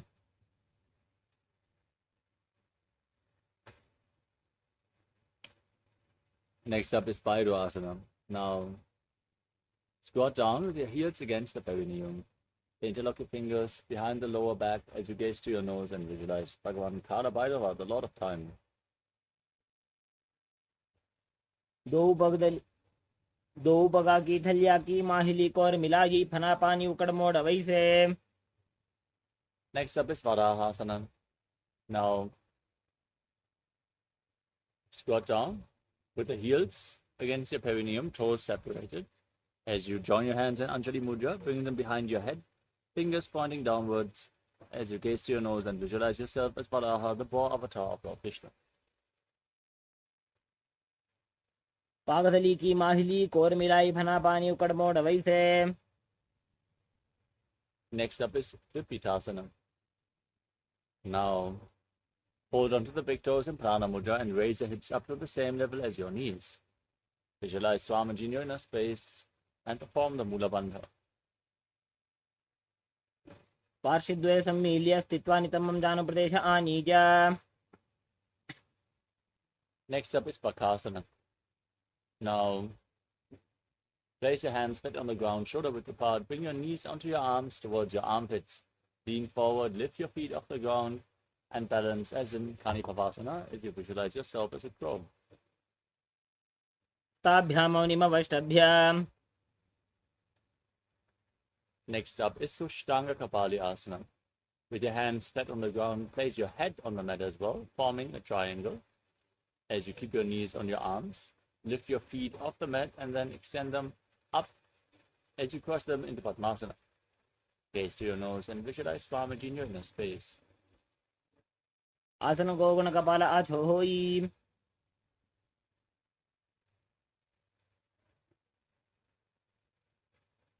Next up is Guptasana. Now sit in a kneeling posture with your heels outside the hips, feet flat, toes touching behind. Keep your hands on the knees as you gaze to your nose and visualize you're sitting in the secret seat with Paramashiva and Guru. जानूर्भोरन्तरे पादौ कृत्वा पादौ च गोपयेत्. Next up is Vrikshasana 2. As you place your hands on the mat and pick your legs up into a handstand, you're leaning against a wall if needed, or ask a partner to assist you in this asana. Everyone should perform this asana to purify the 7 chakras. Now with your hands down, your feet up, visualize yourself as a tree with deep roots growing into the ground in Vrikshasana 2. सप्तचक्रक्षालनाय vrikshasana विशेषकान्. Next up is Shibu Asana. From the handstand position, bring your hands and feet closer together. Gaze up towards your third eye and visualize the Tejas energy is flowing towards your third eye, rejuvenating your body.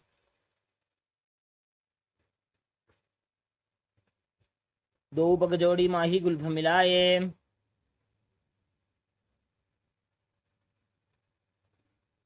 Next up is Matsyasana 2. Place your hands flat on the ground.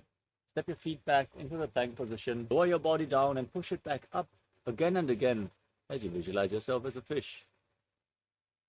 निब्जं शयनं कुर्परो पार्श्वभागाय मूर्धकृत्य.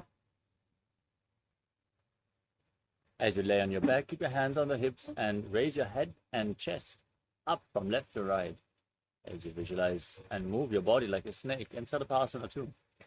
निब्जं शयनं कृत्वा हस्तौ नितम्बं संस्थाप्य. Next up is Nidālambanasana. Place your elbows on the mat in front of you and rest your chin on your hands with your hands in Padma Mudra, the Lotus Mudra. Now point your toes back and feel self-supported and completely independent. कराभ्यां पङ्कजं कृत्वा तिष्ठेत् कूर्परया सुधीः मुखमुन्नमनुच्चायि निरालम्बनमासनम्. Next up is Chakrasana. Now bend your knees, lift your feet towards your upper back as you place your hands flat on the ground. Raise your upper back towards your feet, tilt your head back and visualize yourself as an umbrella protecting your Guru from the sun rays.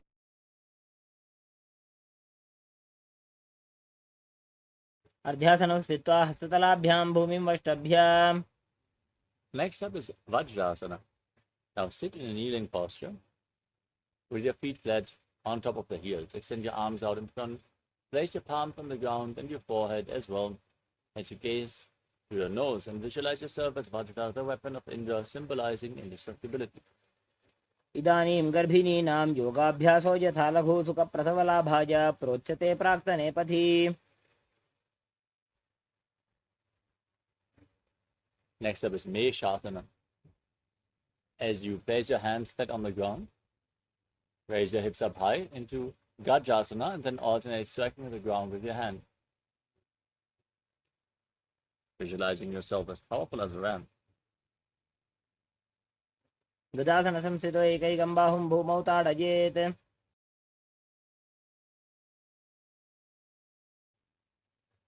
The next asana is Ajasana. As you raise your legs up into a handstand, slowly lower your face down towards the ground as you visualize yourself as unborn, existing for all eternity. गजासन संस्थितो पादद्वयमन्तराळे कृत्य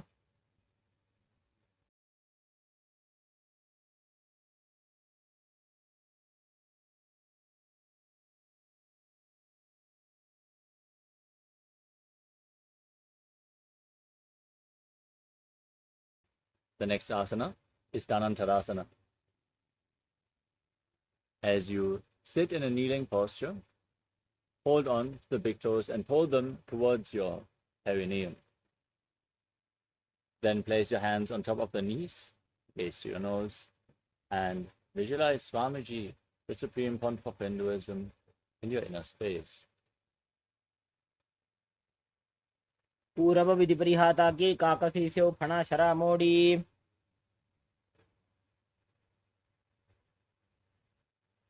Next up is the Angamotanam. Now,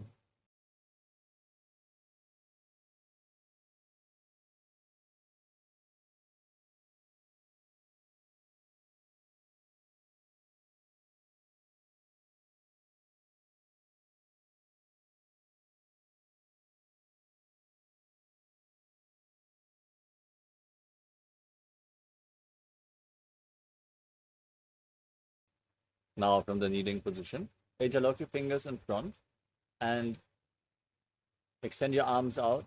Move them up, down, left, right, in all directions. Give massage to various different joints and muscles of your body. As you then interlock your fingers behind, repeat the movement and visualize Swamiji in your inner space. हस्तयोः अङ्गुलीर्भद्वा हस्तयोर्मध्यात् सर्वमङ्गं निष्कासयित्वा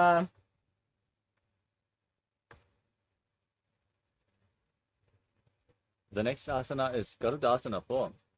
Now sit with your toes pointing outwards, your thighs and calves on the ground. Place your hands on the knees and visualize yourself as Lord Garuda flying Lord Vishnu and Lakshmi on his back. जङ्घोरुभ्यां धरां पीड्य स्थिरकायो द्विजानुना.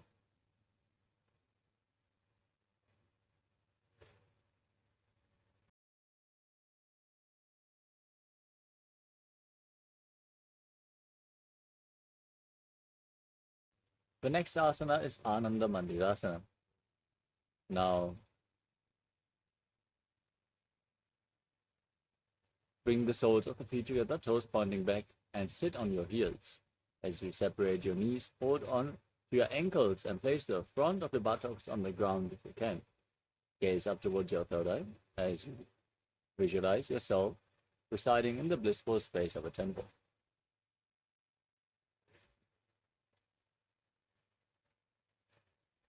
अथ वक्षे Neelkanth आनन्दमन्दिरासनं यत्कृत्वा अमरो धीरो भवत्येवेह साधकः. Next up is Mandukasana. To now overlap your feet and sit on your heels. As you keep your hands underneath your knees, engage Uddiyana Bandha and Mula Bandha and visualize yourself as a frog as you press your tongue up flat against the palate of your mouth and Manduki Mudra.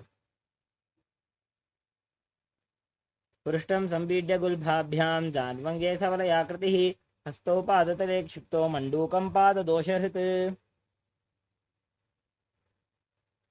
Next up is Narasimhasana. Now, tuck your toes, sit on raised heels. Place your hands flat on the ground close to your feet, the thumbs touching. As you stick your tongue out, gaze to the tip of your nose, and exhale forcefully again and again. Visualize Narasimha, the lion man avatar of Lord Vishnu in Narasimhasana. दोबू फणा पाणी होय वैसे AD Mailer गुदा निवैसे.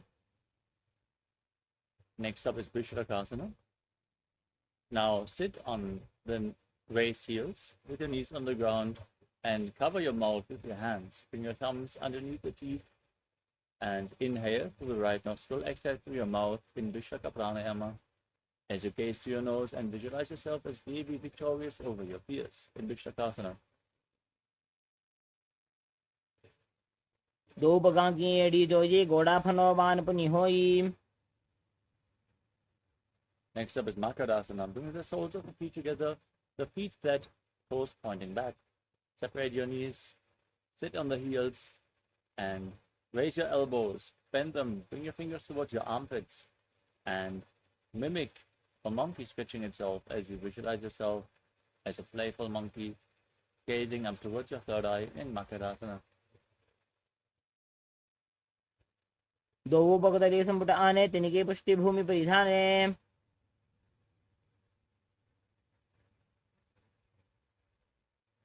Next up is Vajrasankarasana. Now, squat with the soles of the feet together, knees separated, raise off the mat as you hold on to opposite elbows behind your back, gaze to your nose, and embody diamond-like strength for you and your Sangha, your spiritual community. प्रथम बना पानी होय वैसे दोवो AD गुदा निवैसे. Next up is Kanjanasana. Now, place your knees on the ground and cross your heels as you sit on the heels. Place your hands flat on the ground next to your body. Gaze to your nose and visualize perfect health beyond any and all physical or mental ailments as you engage with Jnana Bandha and Mula Bandha.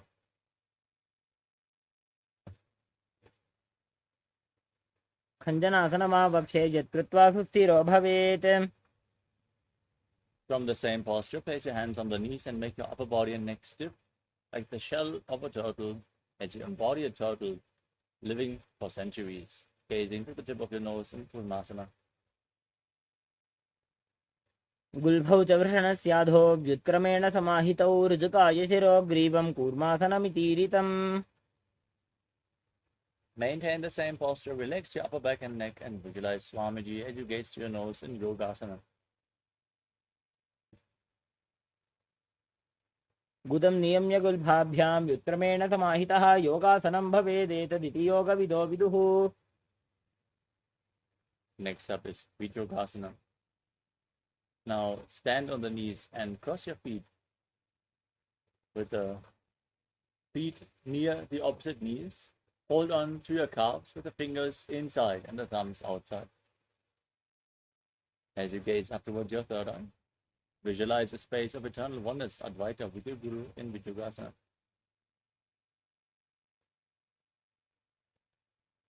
गोड़ा वामो बहोई गोड़ा आड़ा राखे दोई. Next up is Ushtrasana 2. Now place your feet flat on the ground behind you. Stand on your knees and lean back. Hold onto your heels. As you push your hips forward, tilt your head back, and visualize yourself as a camel. मेरुदण्डग्रन्थि दाढ्य संविपादयिषु पुमान्. Next up is Jatyasana 2. Now, lean back. Place your elbows on the mat. As you hold onto the soles of the feet with your hands, place the back of your head on the ground as well. Gaze to your nose and visualize yourself as a lotus blooming. दो AD संपुट करे 16 मूल द्वारी तरी धरे. Next up is Viratasana. As you hold onto your feet, lay back Place your back on the ground and rise back up again and again. You can use the support of your hands if needed. As you gaze at the tip of your nose and visualize the healing and liberation of all causal, subtle forms of your body. दो AD संपुट करे 16 मूलद्वारी धरि धरे. The next asana is Kapotasana. From the same position, now lean back. Hold onto your feet as you bring your arms over your shoulders and bring your head in between the feet if you can, as you visualize yourself as a beautiful dove. दो AD संपुट करे 16 मूलद्वारी धरि धरे.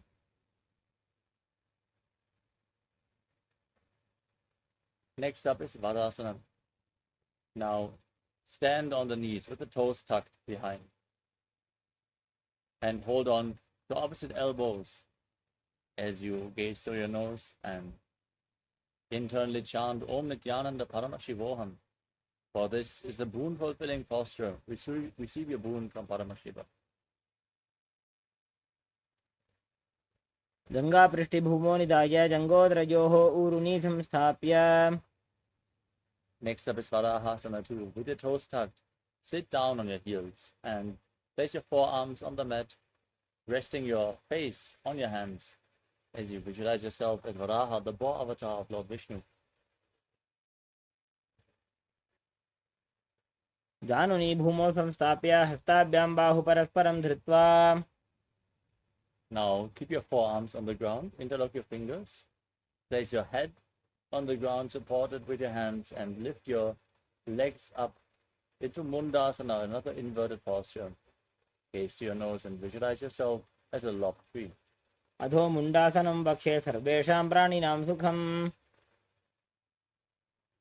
Gently lower your legs and come to a kneeling position. Keep your feet flat, sit on the heels as you lean forward and down and place your head in between the knees. Hold onto your head with your hands, elbows outside the knees as you gaze to your nose and visualize Swamiji. Inhale through the nose and exhale through your mouth in Anbhasana. प्रथम पगदली समटरावे कोरमाहिली उभे मिलावे. We move on to Viparita Shalabhasana. Lay down on your stomach. Extend your arms up above your head. Hold on to weights if you want to intensify this asana. As you lift your arms, your chest, and your legs off the mat, visualizing yourself as a locust. शलभासन भेदाश्च नटभेरुण्ड नामके गण्डभेरुण्ड सहिते शीर्षदण्डासनं तथा. Next up is Kapalasana. Now place your forehead on the ground as you keep your hands by the side of your hips. Lift your legs off the mat as you visualize a skull representing the mind with purified thoughts and the strong will to attain enlightenment. In Kapalasana, the skull posture. कपालं भूमौ निधाय ऊर्ध्वं पादौ नजेत्. Next up is Akasha Kapotasana. With your hands flat on the mat, bend your knees and push your hips up above your body. As you place the feet on the ground in front of your face, if you can, visualize yourself as a free and open dove.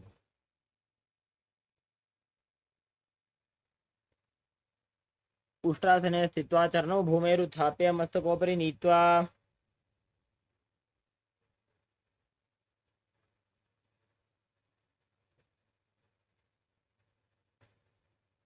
The next asana is Charakasana. From a kneeling position, now place your forearms on the ground.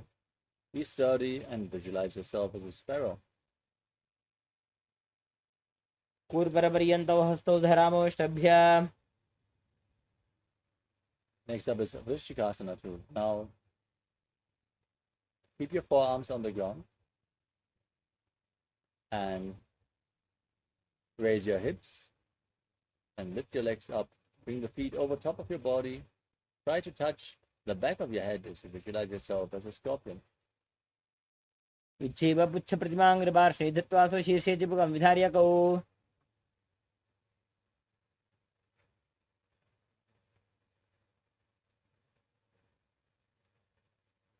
Now sit in a kneeling posture.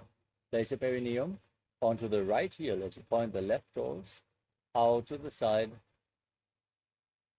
outside the hip. Keep your hands in front of the knees on the ground as you visualize yourself as a bull, forcefully inhaling through your nose, holding the breath for a short while, and then slowly exhaling again through the nose in Panchadanga Kumbhaka, in Vrishasana, the bull posture.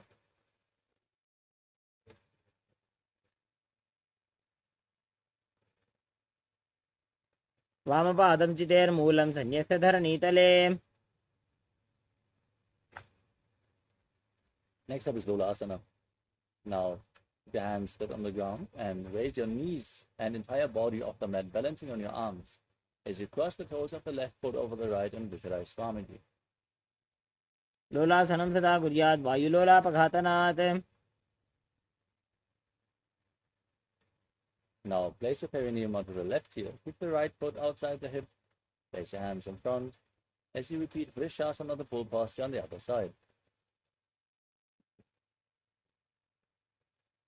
Yame गुल्फे पादमूले वामभागे पदेतरम्. Next up is Bala Gunasana. Now,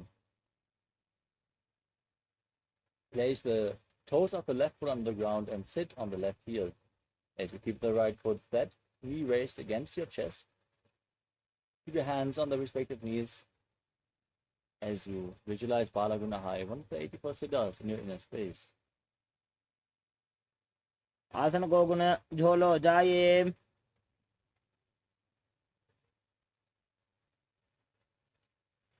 Next up is Grahasana. Now stand up and squat down. Bring your arms in and around the knees as you hold on to the respective ankles with your hands, visualizing yourself as the entire planet.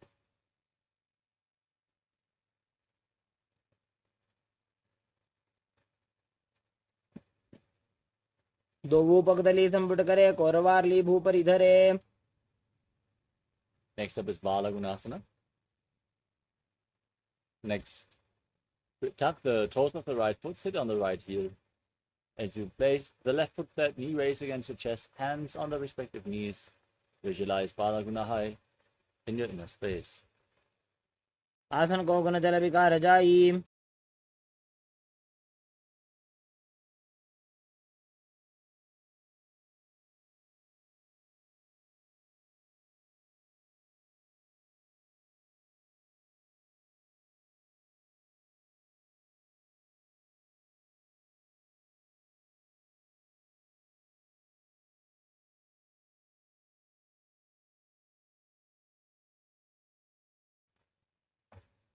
Next up is Utkatasana. Now step both feet in, keep the knees together, and place your hands on top of the knees, holding onto weights if you want to intensify this asana. Visualize Swamiji in your inner space.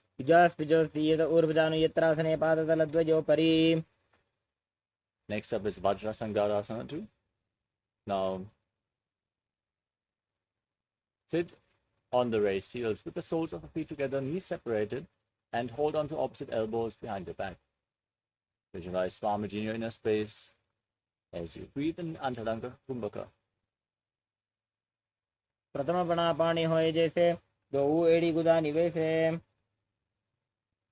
Next up is Anilasana. Place your hands flat on the mat and step your heels onto the back of your hands. Squat down as low as you can and keep your arms straight as you gaze to your nose and visualize you are able to live off of air alone. दो हाथ भूमि पर टाने कहनी जाड़ी ना भी लगाने. Next up is Parukasana. As you grab your hands around the feet from below, step your feet onto your hands. Visualize you're wearing padukas, walking all across India as you walk around on your mat. हस्ततलयोः पादतले कृत्वा तिष्ठेत् गच्छेत् पादुकासनं भवति. Next up is Kukkutodanasana. Place your hands on the ground and pick your legs up, let them fall back down again and again, visualizing yourself as a rooster. हस्ततले भूमौ कृता पादतले च ऊर्ध्वमुड्डानं कृत्वा. Next up is Viparita Nityasana. Now place your hands flat on the ground and Raise your legs up into a handstand. Then dance around on two hands as you feel yourself become free of all inhibitions. हस्ततलाभ्यां भूमिं वष्टभ्य ऊर्ध्वपादाग्रे कुर्वन्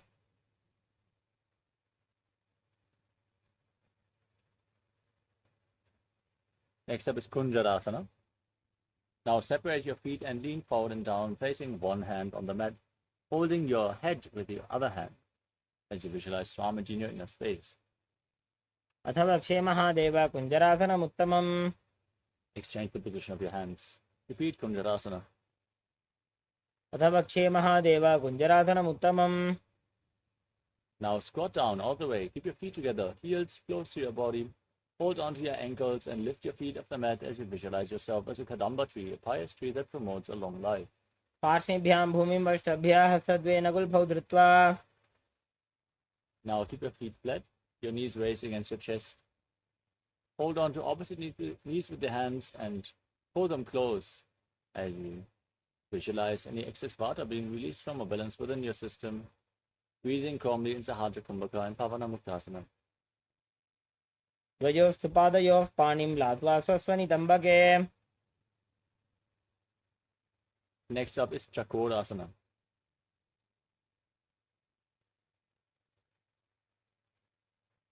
Now lift one leg behind your neck and keep your hands at the side of your body for balance. As you extend the opposite leg forward, lift your entire body off the ground, gaze to your third eye and visualize yourself as a powerful source of energy.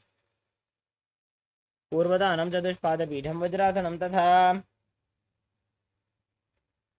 Next up is Dhanurasana 2. Now hold on to the big toes in Prana Mudra. Keep one leg extended and pull the other foot towards your ear, as if you're pulling a bowstring back, visualizing yourself as a bow. पादाङ्गुष्ठौ तु पाणिभ्यां गृहीत्वा श्रवणावधि. Next up is Ashtavakrasana. Now keep your hands flat and lift the left foot over top of the left shoulder. Hook the right foot over the left foot. Extend your legs out to the side as you lean forward and balance on your arms with your legs extended to the side, visualizing yourself as a flying crane. वासिष्ठमथकौण्डिन्यमूर्धकुक्कुटमेव च.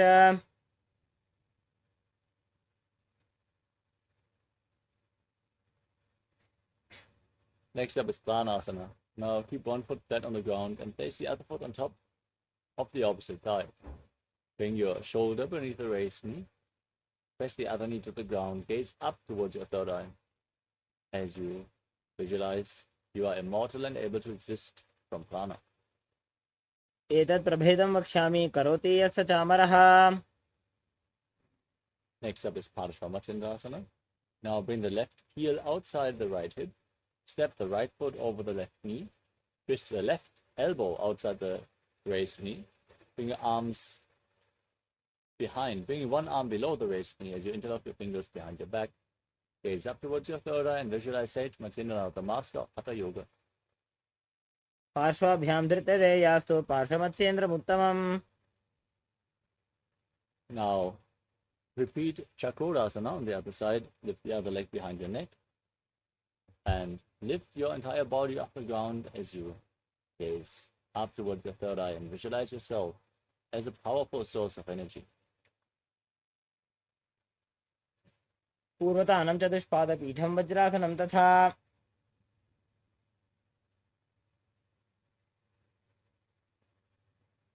Next up is Dhanurasana 2 on the other side. Now hold on to the big toes and pull the other foot towards your ear, visualizing yourself as a bow. पादाङ्गुष्ठौ तु पाणिभ्यां गृहीत्वा श्रवणावधि. Now repeat Ashtavakrasana. Bring the other leg over top of the shoulder and hook the opposite foot over top, extending the legs out to the side, leaning forward and visualizing yourself as a flying crane. वासिष्ठमथकौण्डिन्यमूर्धकुक्कुटमेव च. Now repeat Pranasana. Keep one foot on the opposite thigh. Bring the shoulder beneath the raised knee and gaze up, visualizing yourself being immortal, able to exist solely on prana. एतत् प्रभेदं वक्ष्यामि करोति यत् स चामरः. Now repeat Paramashivoham on the other side. Bring the right foot to the left hip, step the left foot over top, and twist the right elbow outside the raised knee. Bring the right arm below, and interlock your fingers behind your back as you gaze up and visualize Sage Masindara. पार्श्वाभ्यां धृतते यास्तु पार्श्वमत्सेन्द्रमुत्तमम्. Next up is Ardha Paschimottanasana. As you keep the heel against the perineum, extend one leg forward and lean forward and down, holding onto the front foot with both hands, visualizing Swamiji in your inner space as you perform the Mula Bandha and breathe in Jiva Chala Kumbhaka. एकं पादं प्रसार्य एकं पादस्य पार्श्वनासीवनी सम्पीड्य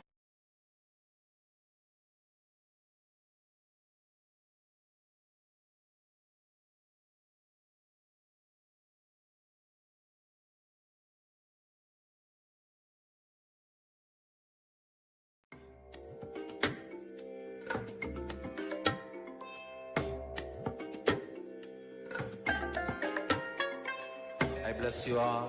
Let you all open all your three eyes and manifest the powers of Mahasadashiva. Om Nityananda Paramashivoham. Om Nityananda Paramashivoham. Om Nityananda Paramashivoham. Om Nityananda Paramashivoham. Om Nityananda Paramashivoham. Om Nityananda Paramashivoham. Yes. Nityanandam, we are back. Let us now continue with the next asana of the sequence, Crown Shasana. Now bring the right foot outside of the hip and hold onto the left foot with both hands, extending the left leg in front of your face. Visualize yourself as a crane in Crown Shasana. वासिष्ठमदकौण्डिन्यम् ऊर्ध्वकुक्कुटमेव च अष्टावक्रमथोत्थानं मयूरं सेतुबन्धनम्. Now repeat Ardha Paschimottanasana on the other side. Now bring the left heel against the perineum and lean forward and down. एकं पादं प्रसार्य एकं पादस्य पार्श्वनासीवनी सम्पीड्य Now repeat Crown Shasana on the other side. Bring the left foot outside the hip and lift the right foot in front of your face as you visualize yourself as a crane, Crowncha. उत्तानपादं क्रौञ्चं च मरीचिं वीरभद्रकं नटराजं त्रिकोणं च सुप्ताङ्गुष्ठप्रसारणे. Next up is Swastikasana. Now sit in a comfortable cross-legged position with your feet in between the thighs and calves. As you keep your hands on the respective knees, gaze to your nose and embody peace, well-being, good fortune and prosperity. Visualize the swastika. जानोर्घोरन्तरे सम्यक् कृत्वा पादतले उभे. Next up is Gorakshasana.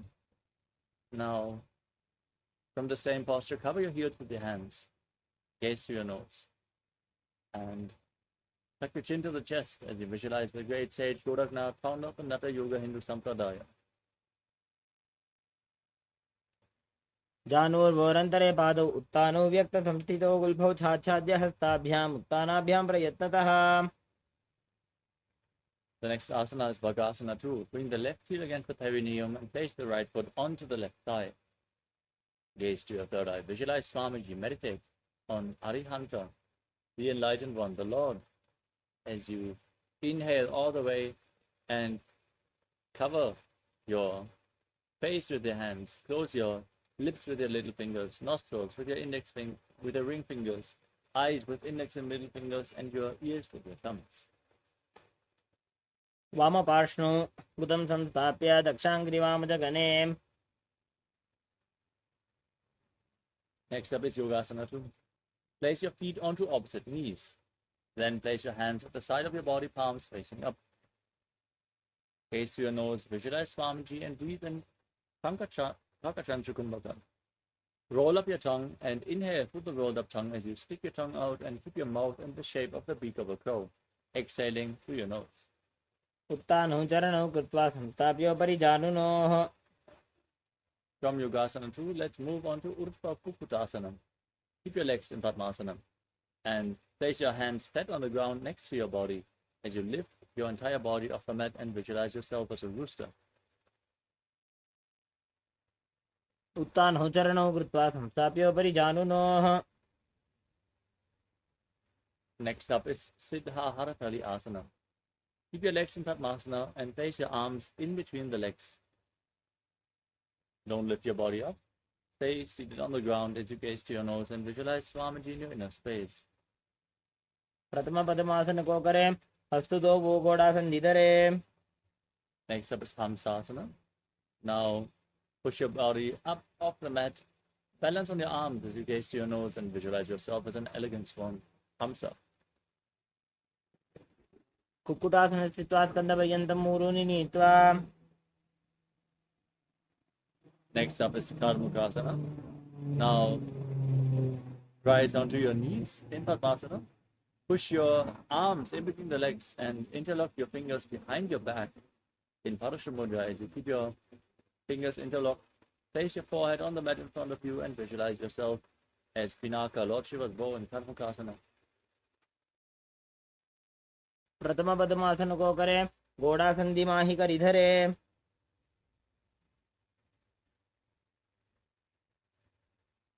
Next up is Kurmasana 2.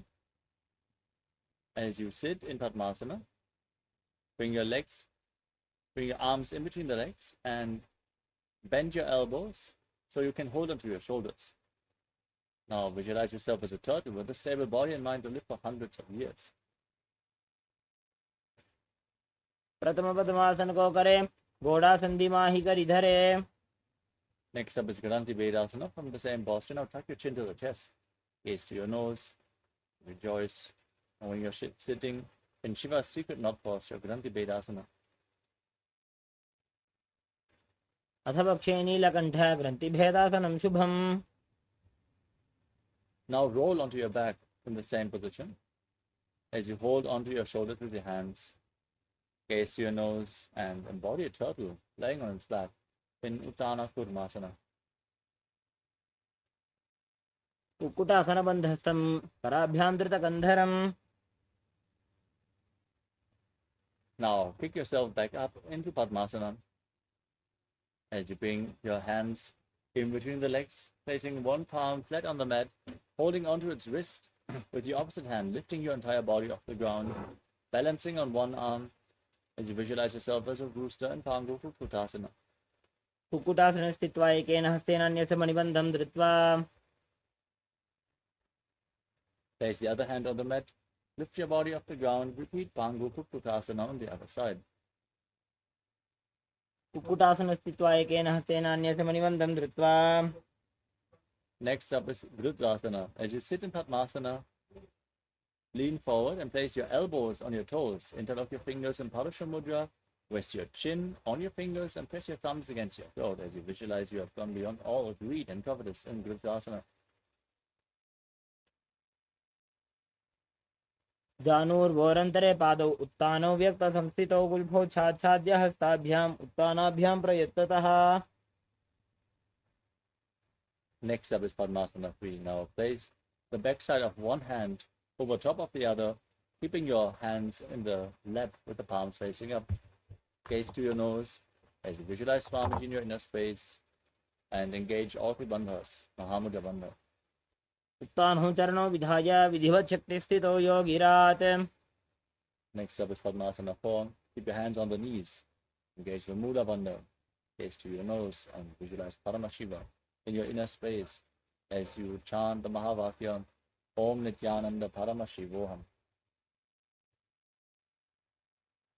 पद्मासन एतत् पद्मासनं कुर्यात् प्राणवायुप्रसिद्धये शुभासनं सदा ध्यायेत् पूरयित्वा पुनः पुनः. Next up is Karmukasana 2. Now keep one hand on the respective knee and hook the other hand around the big toe in Prana Mudra, moving the big toe round and round as you visualize yourself as Pinaka Lord Shiva's bow, and then after some time change the toe, move the other toe round and round in Karmakasana too. अथान्यासनमावक्षे योगपूरकरक्षणात्. The next asana is Karmakasana 3, sitting in Padmasana. Now cross your arms behind your back and hold on to the big toes in Prana Mudra. Reach for your feet as you gaze through your nose and visualize yourself as Pinaka Lord Shiva's bow. कार्मुकासनमाक्षित्य उदरे पूरयेत् सुखं तदवायुर्वसो जाति कालेन सूक्ष्मवायुना.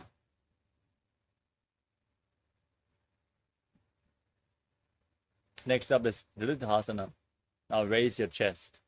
From the same posture, keep holding onto the toes. Gaze to your third eye and visualize yourself as the action of Paramashiva's third eye, destroying anything you come across. पूर्वभ्यामुपरि स्थाप्य पादयुग्मं प्रयत्नतः. Now lay down on your back, roll backwards as you keep your arms crossed behind. Keep holding onto the big toes if you can. Gaze to your nose and visualize yourself as a snake as you breathe calmly through your nose in Sahajra Kumbhaka in Nagrasana. प्रथमपद्मासन कोठाने दो हाथ पाछाने आने. Next up is Kandukasana. Free your arms and legs. Hold your knees up against your chest. Interlock your fingers and encircle your legs as you bring your knee to the chest, your chin to the knees as you squeeze your body into a ball. वेत्रासने स्थित्वा हस्तपादानि स्पृश्य ऊर्ध्वं नजेत्. Now place your feet on the mat and interlock your fingers behind your neck. As you gaze to your nose, visualize Swamiji and breathe calmly through your nose in Urdhva Bhavanasana. प्रथमे सूधो संयम करावे घोड़ा उभा राशि मिलावे. Now place your hands underneath your heels with the palms facing up. Step your heels on your fingers. As you push your hips up high, engage Jalandhara Bandha and Mula Bandha, the throat and the root lock. Tuck your chin to the chest and breathe in Murcha Kumbhaka as you visualize yourself as a powerful alpha ape in Markata Pitasana. उत्तानशयनं पादतले उत्तानहस्तयोः स्थापयेत्. Now support your lower back with your hands as you raise your hips up high and then straighten your toes forward. Extend your legs as you rest your entire body weight on your elbows.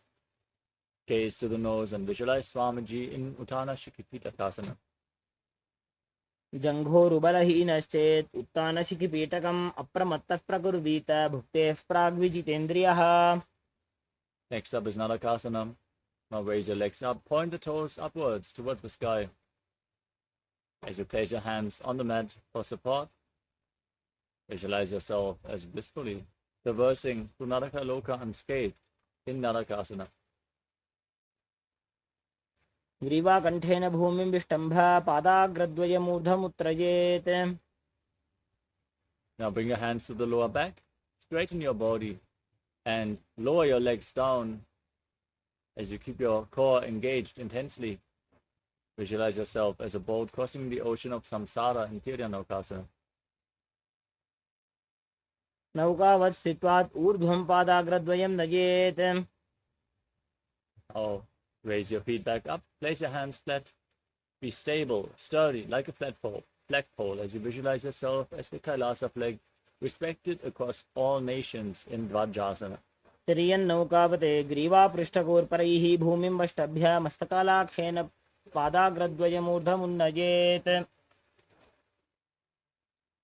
Now lower your body down flat onto your back. Keep the hands at the side of your hips, palms facing up. In the final asana of the sequence, Mudritasana. Completely uncludge from all your body movements internally and externally. But pull the Kundalini Shakti up along your spine forcefully. in Shakti Chalan Mudra. Pull it up from Muladhara to Sahasrara Chakra as you visualize that your body is dead and Swamiji is liberating you internally. Chant the Mahavakya Om Nityananda Paramashivoham. उत्तानं सभवद्भूमौ शयनं तु शवासनं शवासनं श्रमहरं चित्तविश्रान्तिकारणम्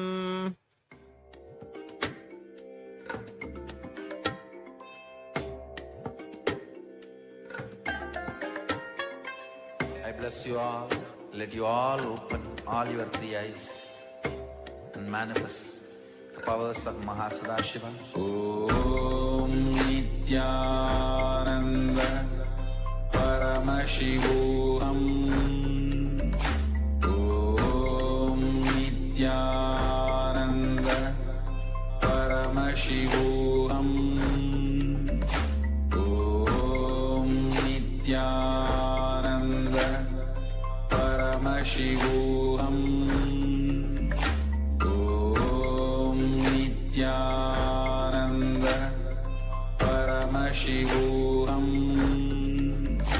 Om Nityananda Paramashivoham. Om Nityananda Paramashivoham. Om Nityananda Paramashivoham. Om Nityananda Paramashivoham.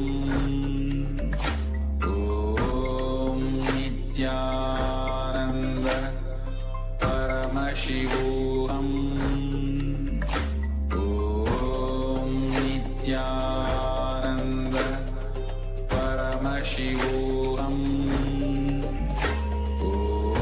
Om Nityananda Paramashivoham.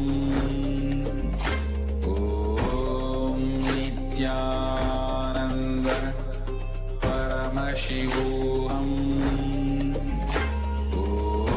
Om Nityananda Paramashivoham. Om Nityananda Paramashivoham.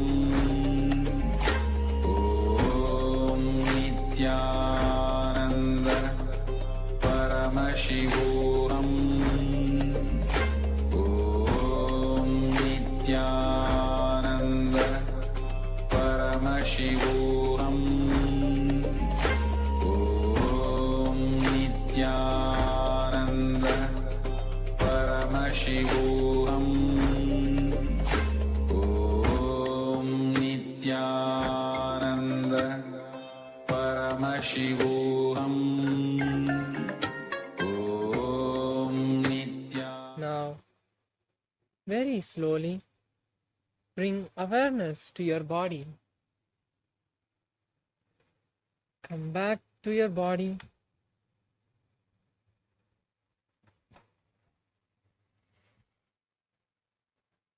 And now, bend your knees and bring them to your chest as you wrap your legs and rock from side to side, back and forth, relaxing all the muscles of the back. Slowly bring some momentum and come to a seated position. Roll up. We have beautifully completed the Dvitiya Vinyasa Krama. Now after this intense sequence of asana, let's now get ready to enter into the next session, the power manifestation session. Now we'll be completing with the Purna Mantra. Bring your hands together in front of your heart center. Close your eyes. Visualize Swamiji. Take a deep breath and let's chant the Purna Mantra. Om Purnamadav Purnamidam Purnat Purnamudachyate Purnasya Purnamadaya Purnamevavashishyate.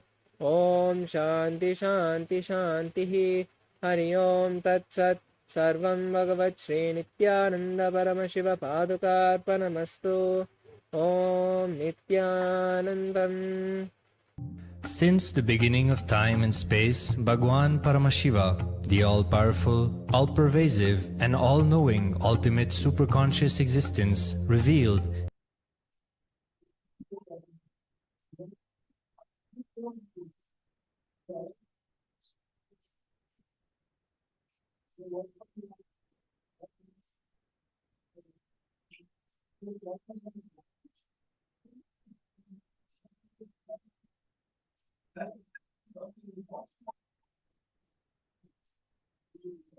Nithyanandam, everyone.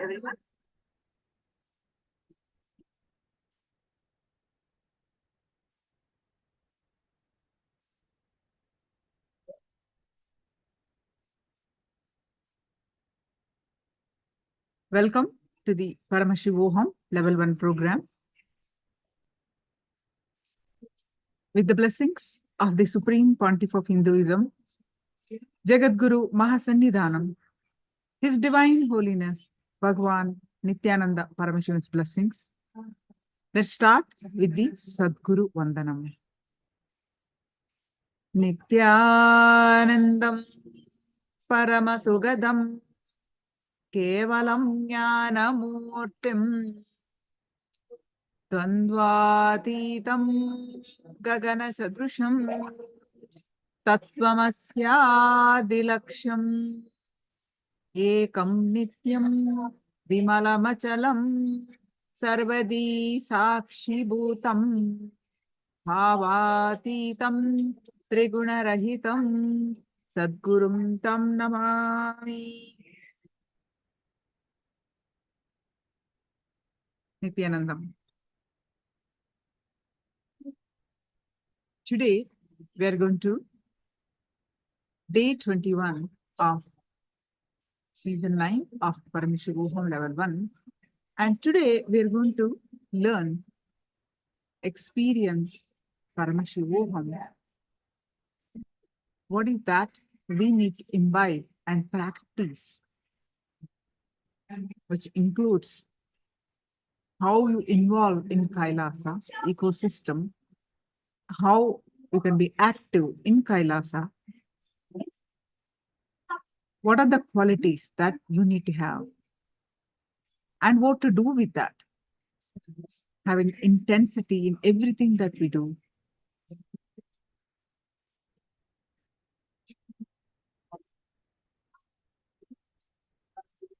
Having the Guru Bhakti, simple integrity with the Guru.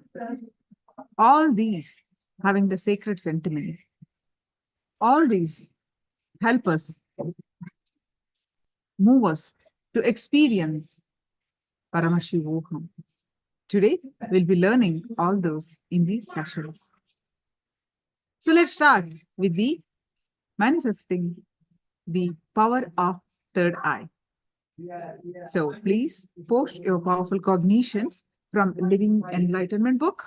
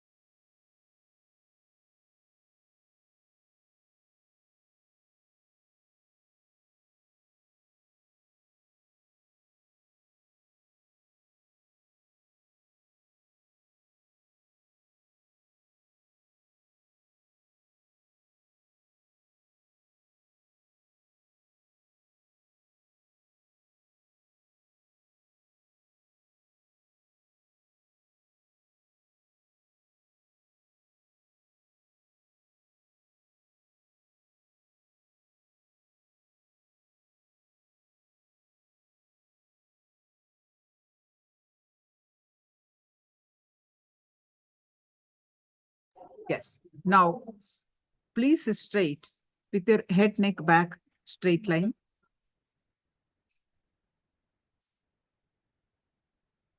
Bring your awareness to your third eye. Visualize Swamiji's form in your third eye. Any thoughts that are coming, let it come, let it go. You practice unclutching and bring your attention back to your third eye again and again. Now,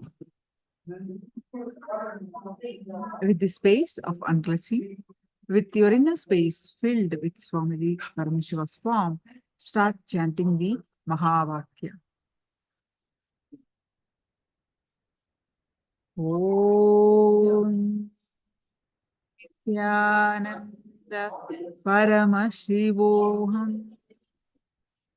Start chanting the Mahavakya and experience the space of oneness.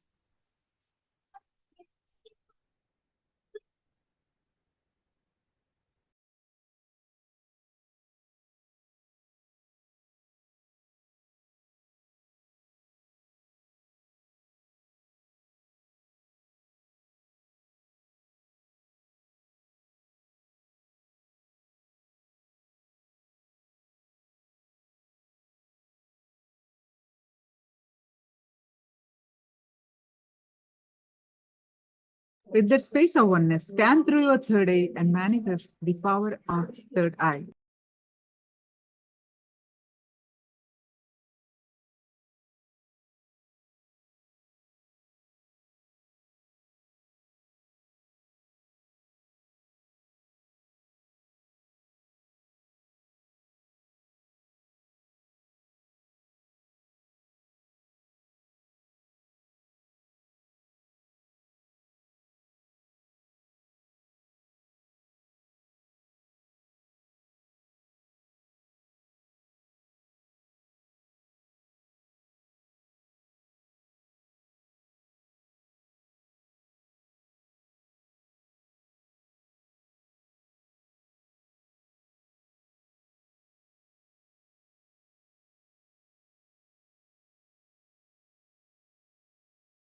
So I'm going to project a picture now. Scan through your third eye and manifest the power of third eye.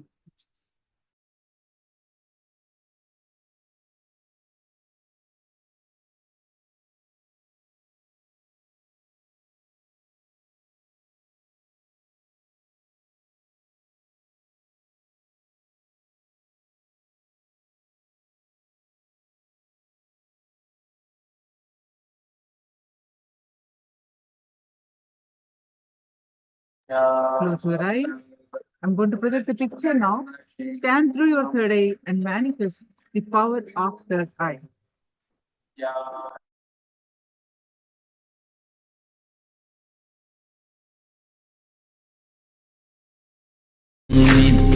Nithyananda Paramashivoham. Om Nithyananda Paramashivoham. Om Nithyananda Paramashivoham. Om Nithyananda Paramashivoham. Om Nithyananda Paramashivoham. Om Nithyananda Paramashivoham. Om Nithyananda Paramashivoham. Om Nithyananda Paramashivoham. Om Nithyananda Paramashivoham. Om Nithyananda Paramashivoham. Om Nithyananda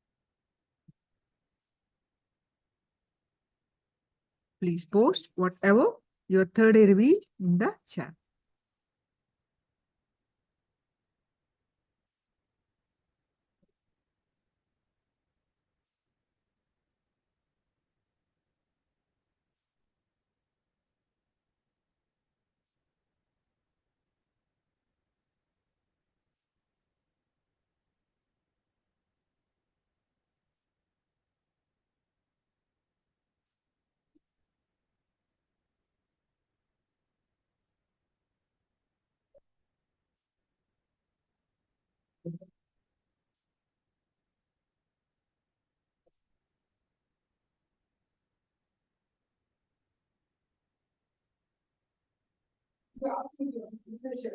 Okay, so now I'm going to project the picture that I projected.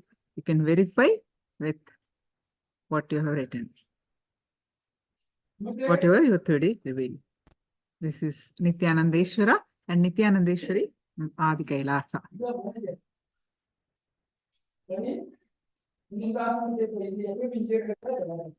Yes. Now, let's start our jnana sessions.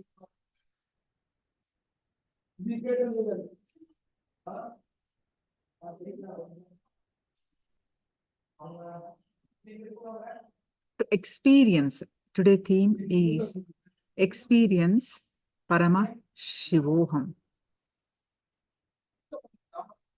What is that? To experience the state, space, and powers of Paramashiva. For that,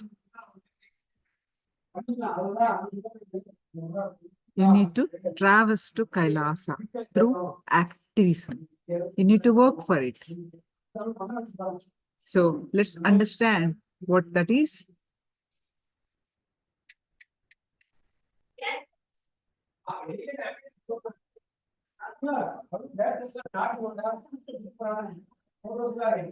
Traverse to Kailasa through activism. With the blessings of the Supreme Pontiff of Hinduism, let's understand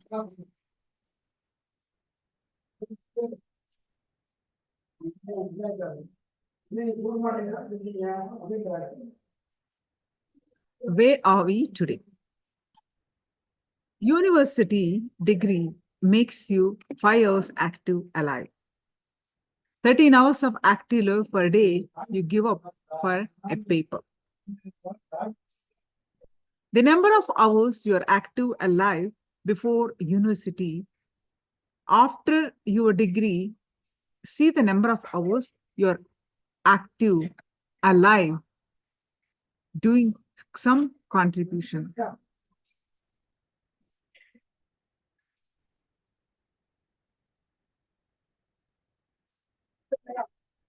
KAILASA initiatives for the betterment of the world stem from the Supreme Pontiff of Hinduism's activism. Living an intense life, active lifestyle. The Supreme Pontiff of Hinduism started various initiatives through the 6 KAILASA's international humanitarian agencies, representing KAILASA's Hindu guaranteed solutions to major global issues to the current world. The Supreme Pontiff of Hinduism, inspiring others to live an active lifestyle through his initiatives, programs, initiations, and proliferating the authentic Hindu lifestyle for one and all to manifest intense activism for a successful life.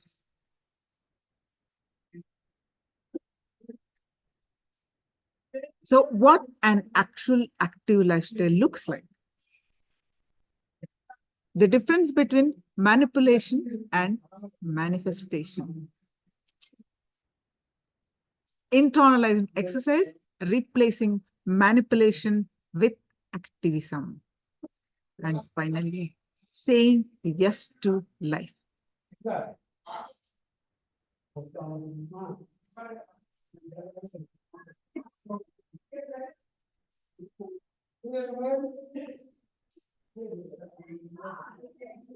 Life is intense activism. Chit Chaitanya, consciousness, life is intense activism.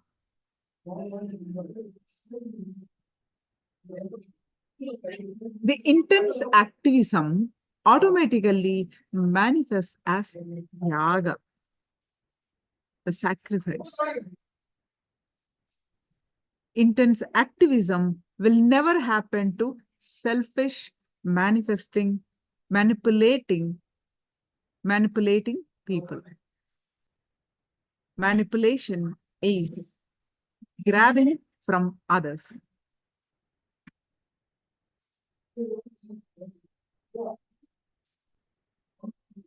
Activism is giving continuously, contributing to humanity continuously. Bring activism to your life. Intense activism to your life. Life is ruled to manifest Kailasa powers. Life happens through intense activism.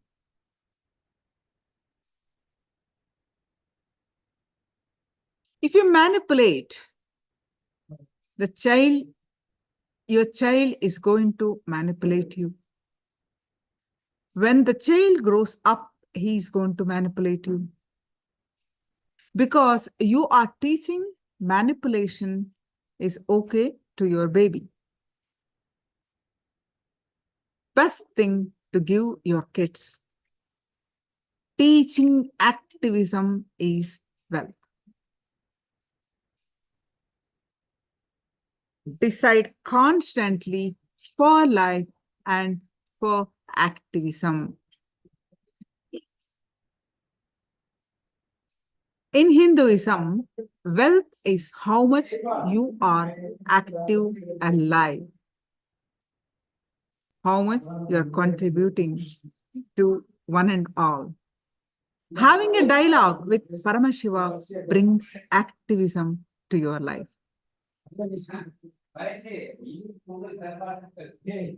Connecting with Paramashiva, or connecting with your Ishta Devata, meaning favorite deity, brings activism in your life.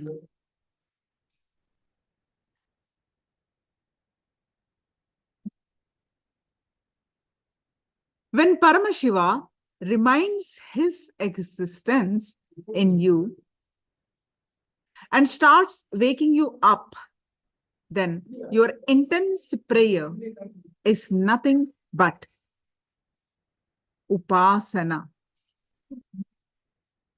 meaning having a dialogue with higher existence.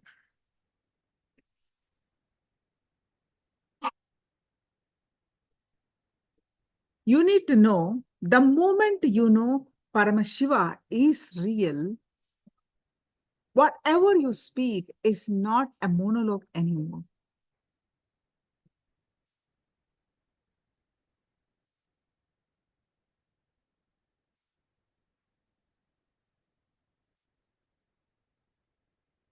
The moment you cognize Paramashiva is real,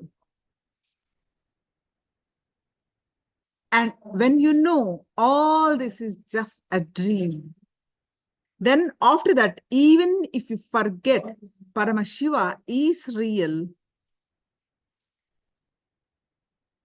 and you slip into your dream, all these dreams will lead you one by one to Paramashiva is real.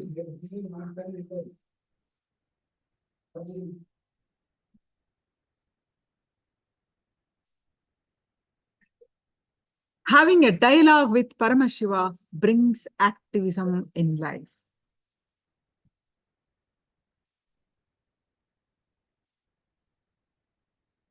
When you start talking intensely to Paramashiva, just remember these three.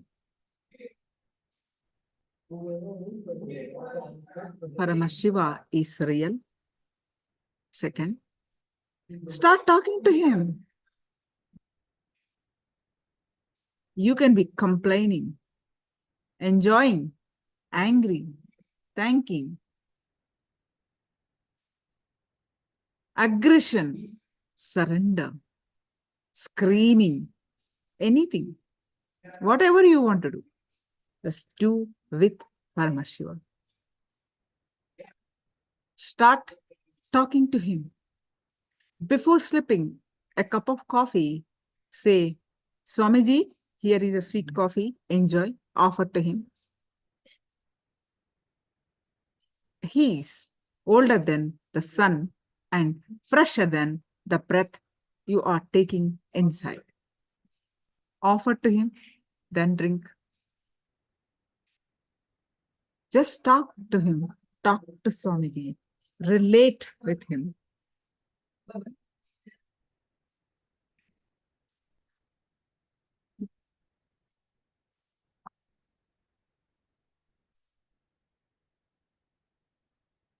When you start talking intensely to Paramashiva, just remember these three.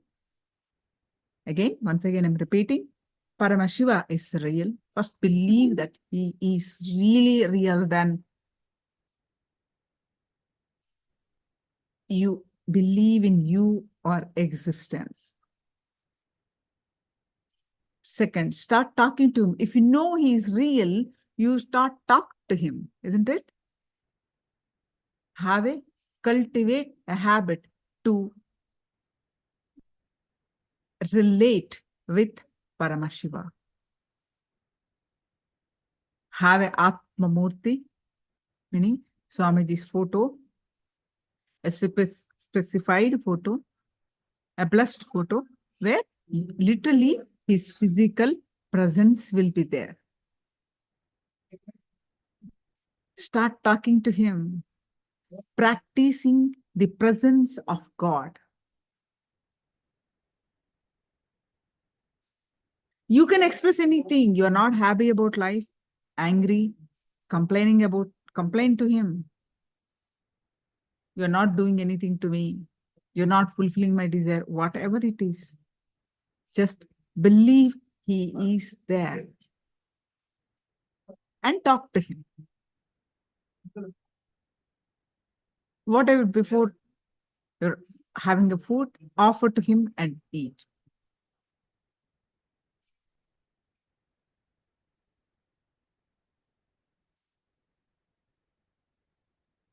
Go on and on and on talking to him. Once you feel you are dreaming, after that, even if you slip into the dream, all the dreams only lead you to waking state. Even if you don't wake up and fall and slip into dream again, that every dream will only lead you to wake up. You will only wake up.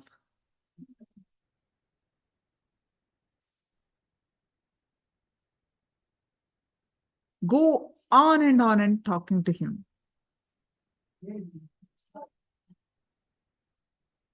The independent intelligence who is creating, sustaining, renovating, rejuvenating, pulling out of delusion. These are all 5 actions of Paramashiva. He creates, he sustains, he renovates, he rejuvenates, and he pulls out of delusion, finally liberating us.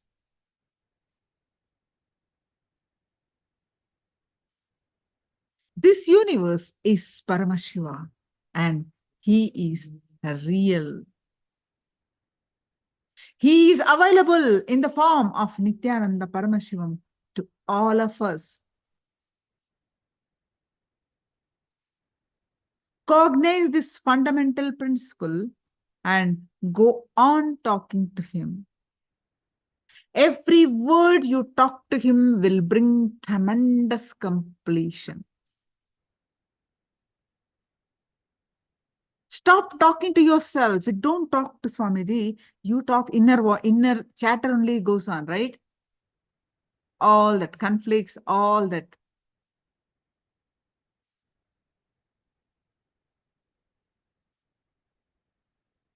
Stop talking to yourself. Stop your inner chatter. Start talking to Paramashiva. Start talking to Swamiji.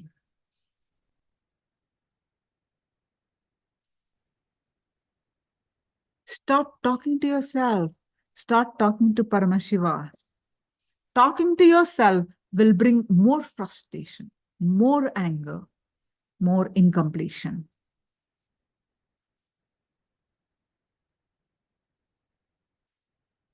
Talking to Paramashiva, you will get Paramashanta, extreme, ultimate peace, extreme joy, patience, and activism.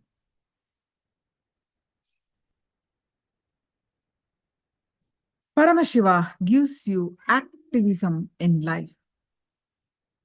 You all mistake activism is aggression. Paramashiva flowing in the positive direction is activism.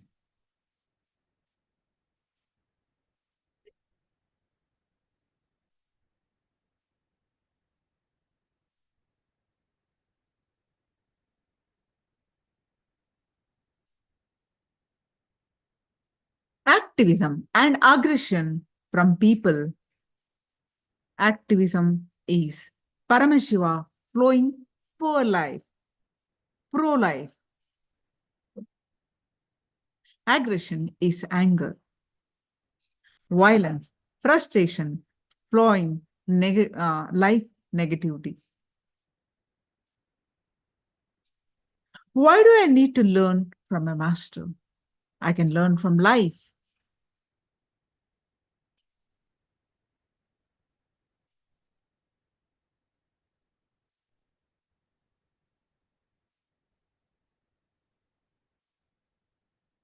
Learning from the master is a very sweet experience, a very joyful experience. The master gives you the anesthesia of love before he starts his operation on the tumor of your ego.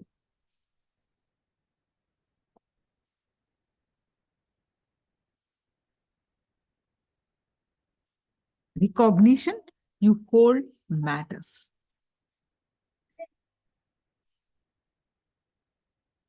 If you are every day believing more and more that by contributing, you are going to become more healthy, happy, richer, stronger, powerful, you are Deva, divine being.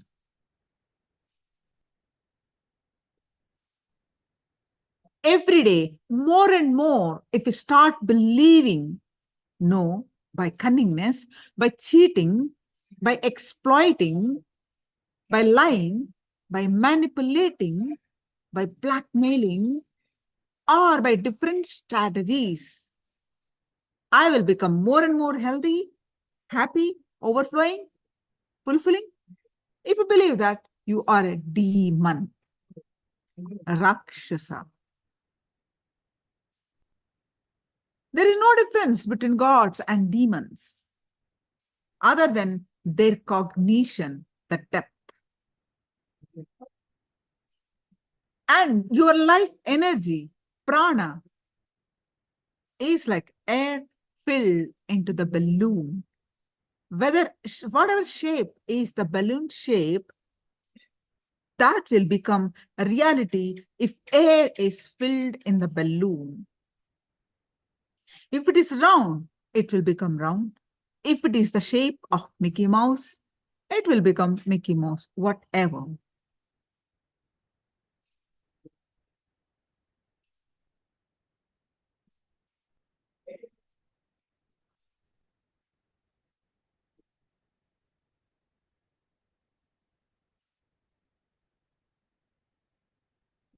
More and more prana in you. Prana is what? Life energy. Life energy in you. more and more your cognitions will become reality. You live a fulfilling life.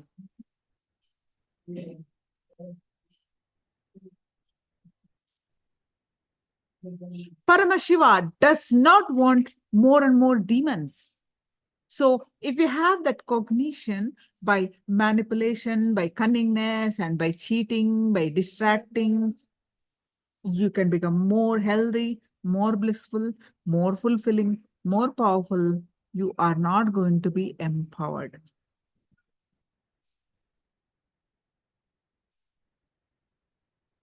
Even if you are sucked the energy, prana, it is not stand inside you. It will not stand inside you. It will not stay inside you. It is very important the cognition you have about you, about life, and about everything. What cognition you hold.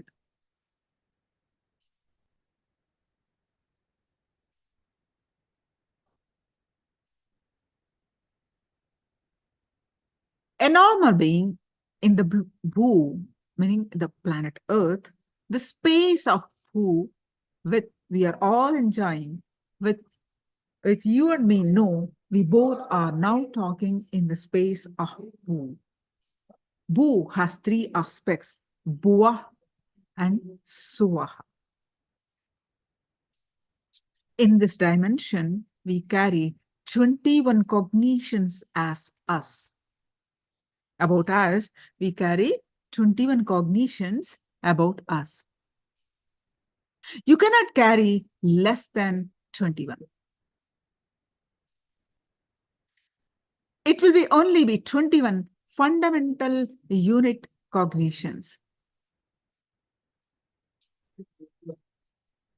And that 21, equivalently, if you carry conflicting, like a 10 to 11 cognitions are conflicting. That is when you act like a bipolar. You act like a split personality.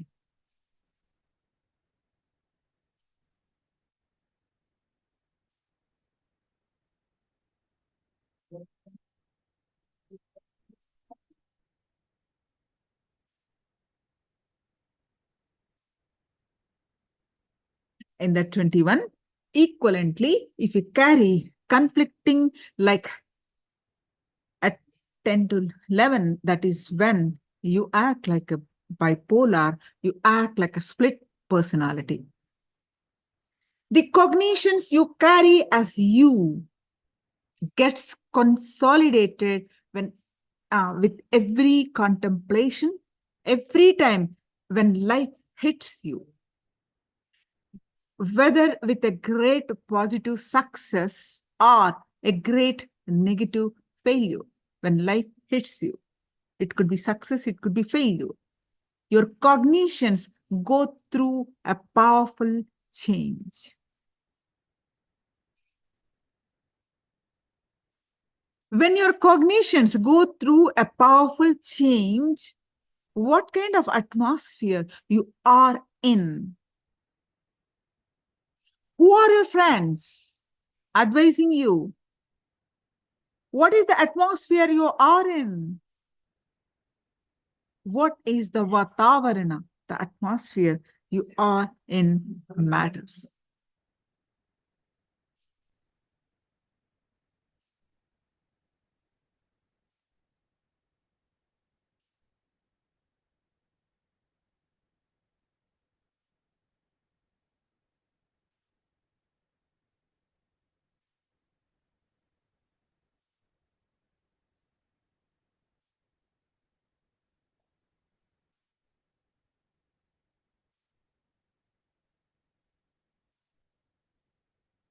If your Vatavarana teaches you, if your atmosphere teaches you, you are going through the difficulties because of your cunningness and manipulating, non-integrating strategy, not because of your imbibing inability to be more cunning.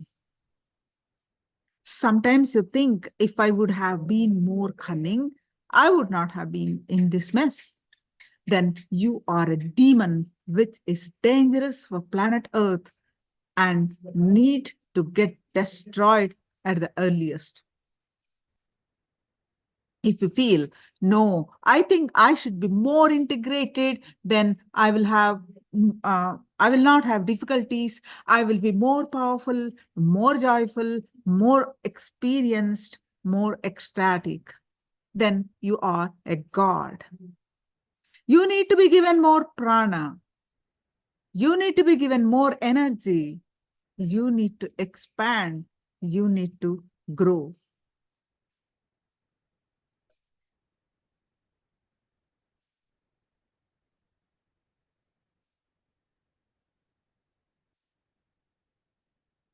I'll repeat. If you feel, no, I think I should be more integrated, then I will not have difficulties. I will be more powerful, more joyful, more experienced, more ecstatic. Then you are a god. You need to be given more prana. You need to be given more energy.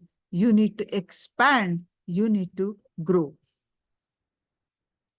If you allow frustration and sadness, if you reduce your capacity to love, if you reduce your tyaga, if you reduce your activism, your enemies are successful.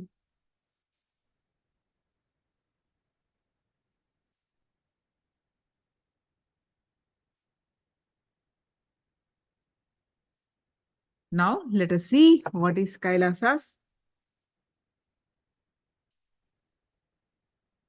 active lifestyle. This multidimensional activism will remove brain fog, stomach fog. The way you put on yourself, the most of you have arrested yourself with your fears, destroyed your life with your extreme selfishness. Add two parents to make their kids' life amazing, and how criminally negligent parents make their kids' life hell. Criminally negligent parents teach same cunningness to their kids. This active lifestyle takes away tons of sufferings. In Kannada, there is a beautiful proverb.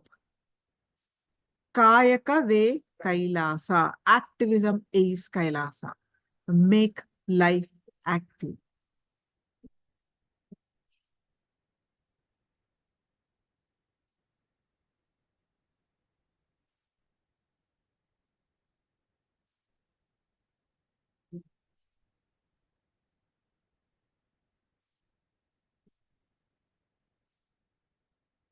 Take up 25 projects.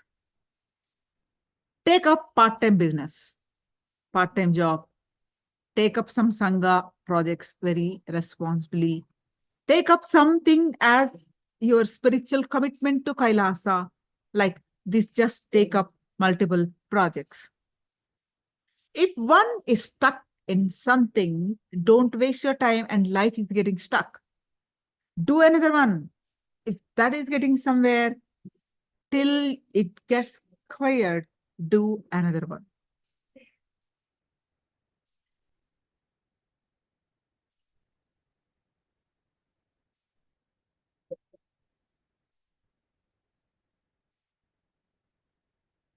The residues, hangovers related to sex, sleep, food, all these three is one and the same. All these three will just evaporate. You will enjoy the real food, sleep, sex, but you will not be having hangover if you make yourself active, alive.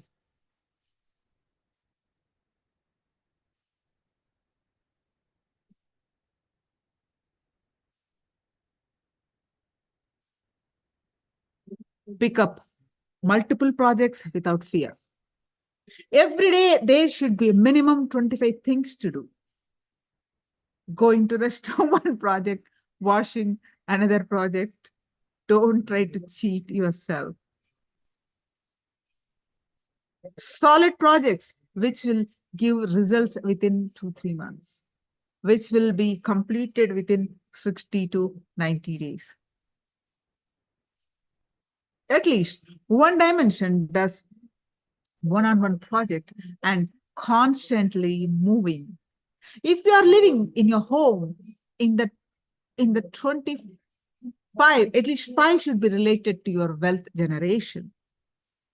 5 can be your pleasure, excitement, joy, romance, life. Oh, sorry. Oh.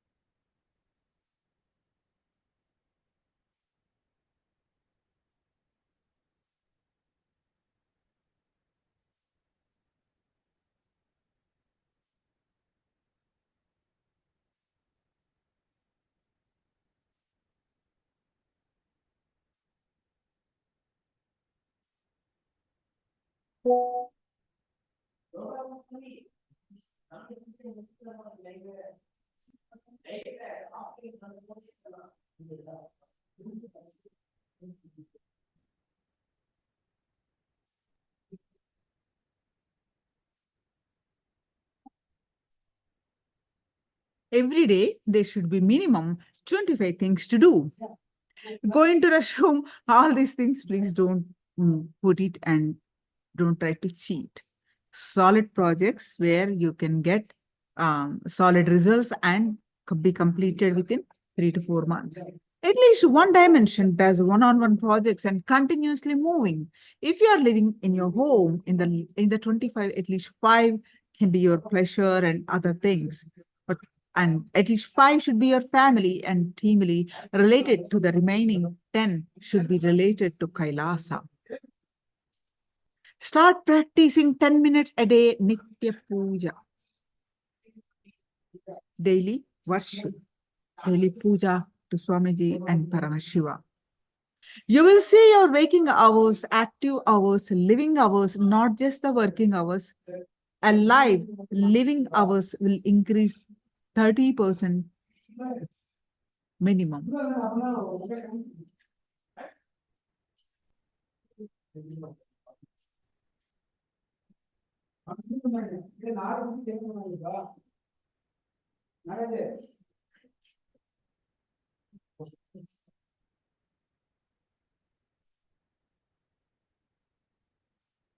For a modern day human beings, it will increase by 80%.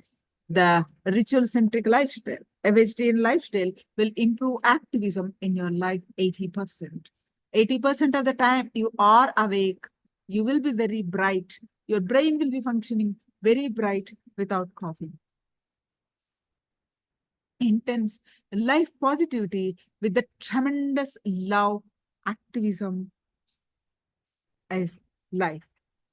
If you want health, use the body intensely, continuously, every day. You'll be healthy. If you want peace, keep the mind intensely and active. Contributing to the world with intense, sincere love, you will have peace.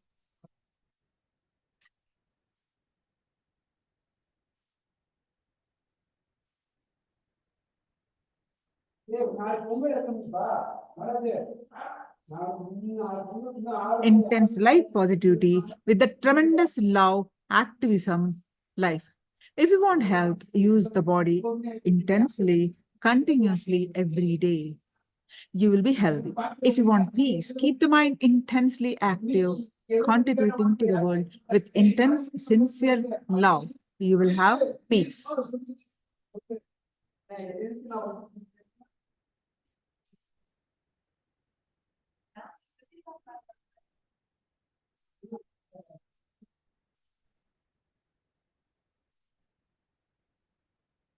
Anything you keep actively, intensely, sincerely, you will master that field, whether it is health, wealth, or relationships.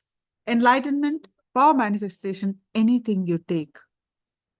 If you think something dead like a bank balance. What you are possessing as your security, you will start holding and possessing.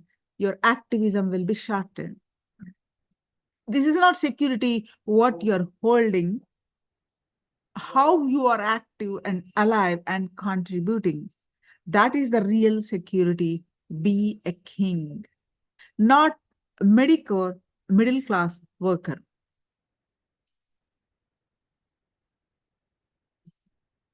Every time, even when I get a few minutes, I'll only think, what is the next meeting I can have? Whom I can inspire? What next work I can do? What way I can contribute? When people come and surrender themselves to me, when they add them, their life to me, immediately I feel, come on, now through this person also, I should perform and I can contribute to people. When you add money to Kailasa, I will see now, yes, we have this much of money, let us add this also and make sure how we can contribute to people. Go on and on and on.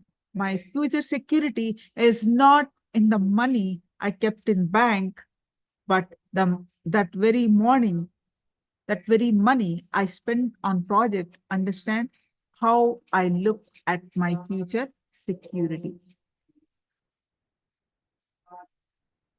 How I see my future and security of the Kailasa, not the money which is sitting on my bank, but the money I spent on the projects through which I'm contributing to people.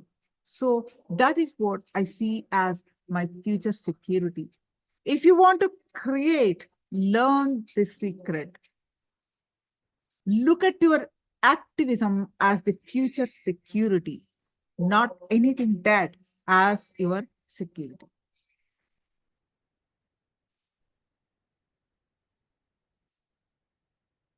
Even in my life, the love, the energy I shared, the amount of people I inspired, the amount of people I made active and made them all successful, the number of people I helped to unclutch and experience Nirvikalpa Samadhi, the number of people I helped to achieve complete completion and be more alive and active and in the life. The number of people I healed from physical diseases or mental diseases, the number of people I helped to come out of frustration, tiredness, and boredom, the number of people I helped to manifest powers. This is what I clearly see as my success, and that is what I see as my future security.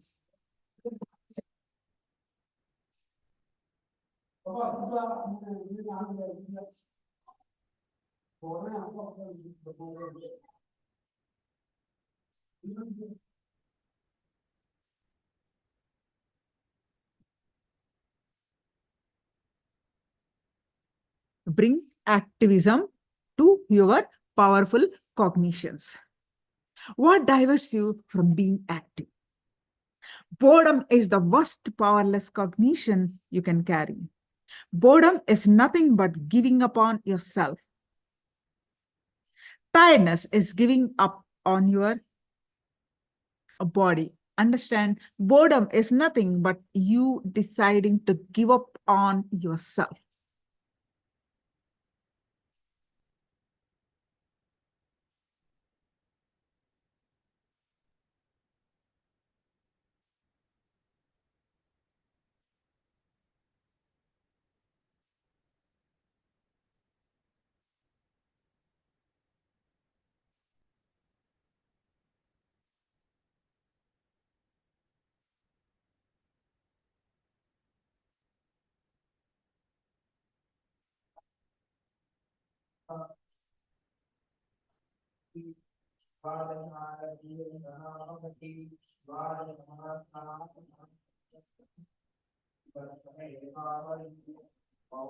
Boredom needs to be addressed inside. Whenever you bring activism in manifesting your powerful cognitions, life looks so alive. Whenever you postpone and bring activism, infusing activism into your powerful cognitions, you lose confidence on your ability to manifest powerful cognitions and love for future cognitions both. Start practicing this conscious decision process. Now we are learning another one. Oh.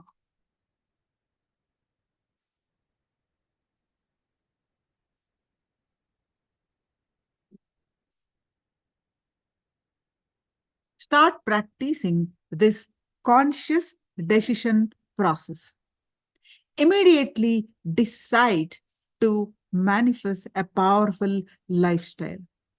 To manifest more and more powerful cognition, if you infuse activism into your powerful cognitions, the moment you infuse activism into your powerful cognitions, life becomes alive, exciting, and inspired.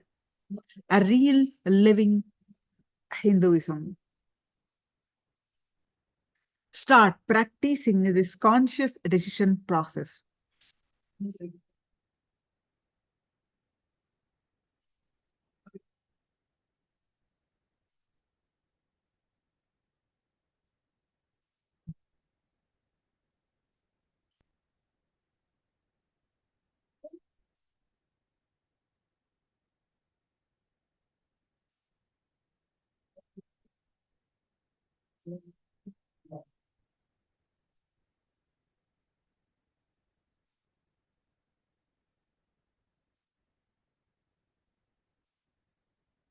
Whenever you bring activism in manifesting your powerful cognitions, life looks so alive. Whenever you postpone bringing activism, infusing activism into powerful cognitions, you lose confidence on your ability to manifest powerful cognitions and love for powerful cognitions both. Boredom needs to be addressed inside. Whenever you bring activism in manifesting your powerful cognitions, life looks so alive. Whenever you postpone bringing activism, infusing activism into your powerful cognitions, you lose confidence on your ability to manifest powerful cognitions and love for both cognitions.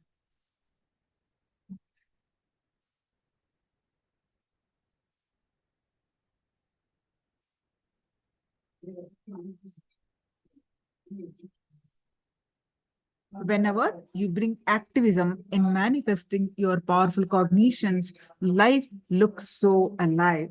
Whenever you postpone bringing activism, infusing activism into your powerful cognitions, you lose confidence on your ability to manifest.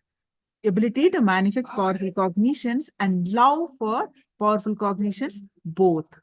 Start practicing this conscious decision process. Immediately decide to manifest a powerful lifestyle. To manifest more and more powerful cognition, if you infuse activism into your powerful cognitions, the moment you infuse activism into your powerful cognitions, life becomes alive, exciting, inspired, a real living Hinduism. All excitement, powerful, active lifestyle is living Hinduism, living Kailasa. The Vedas, Upanishads, Agamas, essence of all these sacred scriptures is living, active, energetic, inspired, powerful life. Understand? It is not just being good, it is being powerful.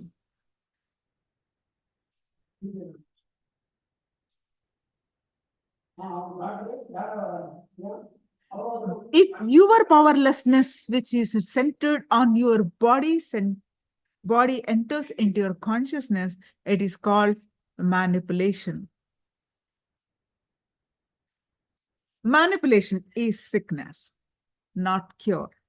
And manipulation constantly shrinks you, suffocates you.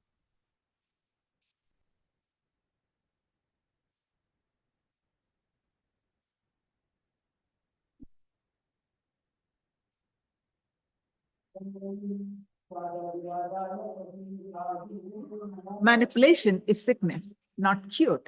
And manipulation constantly shrinks you, suffocates you.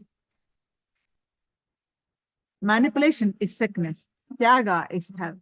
Tyaga is free life. Tyaga is activism.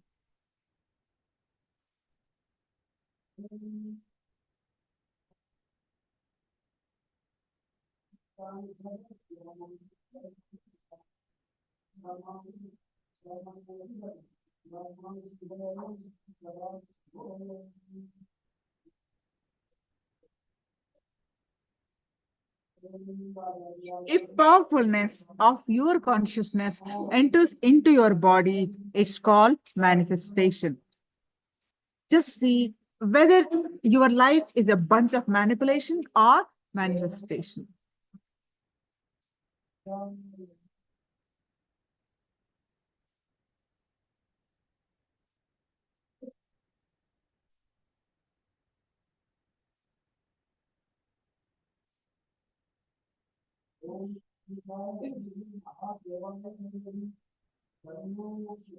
Just see whether your life is a bunch of manipulation or manifestation.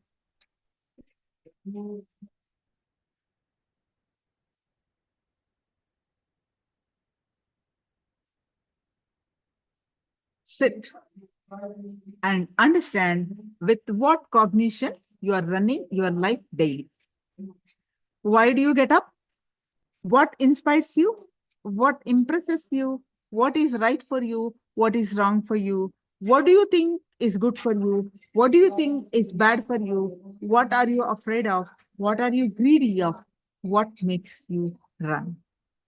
So please pen them down.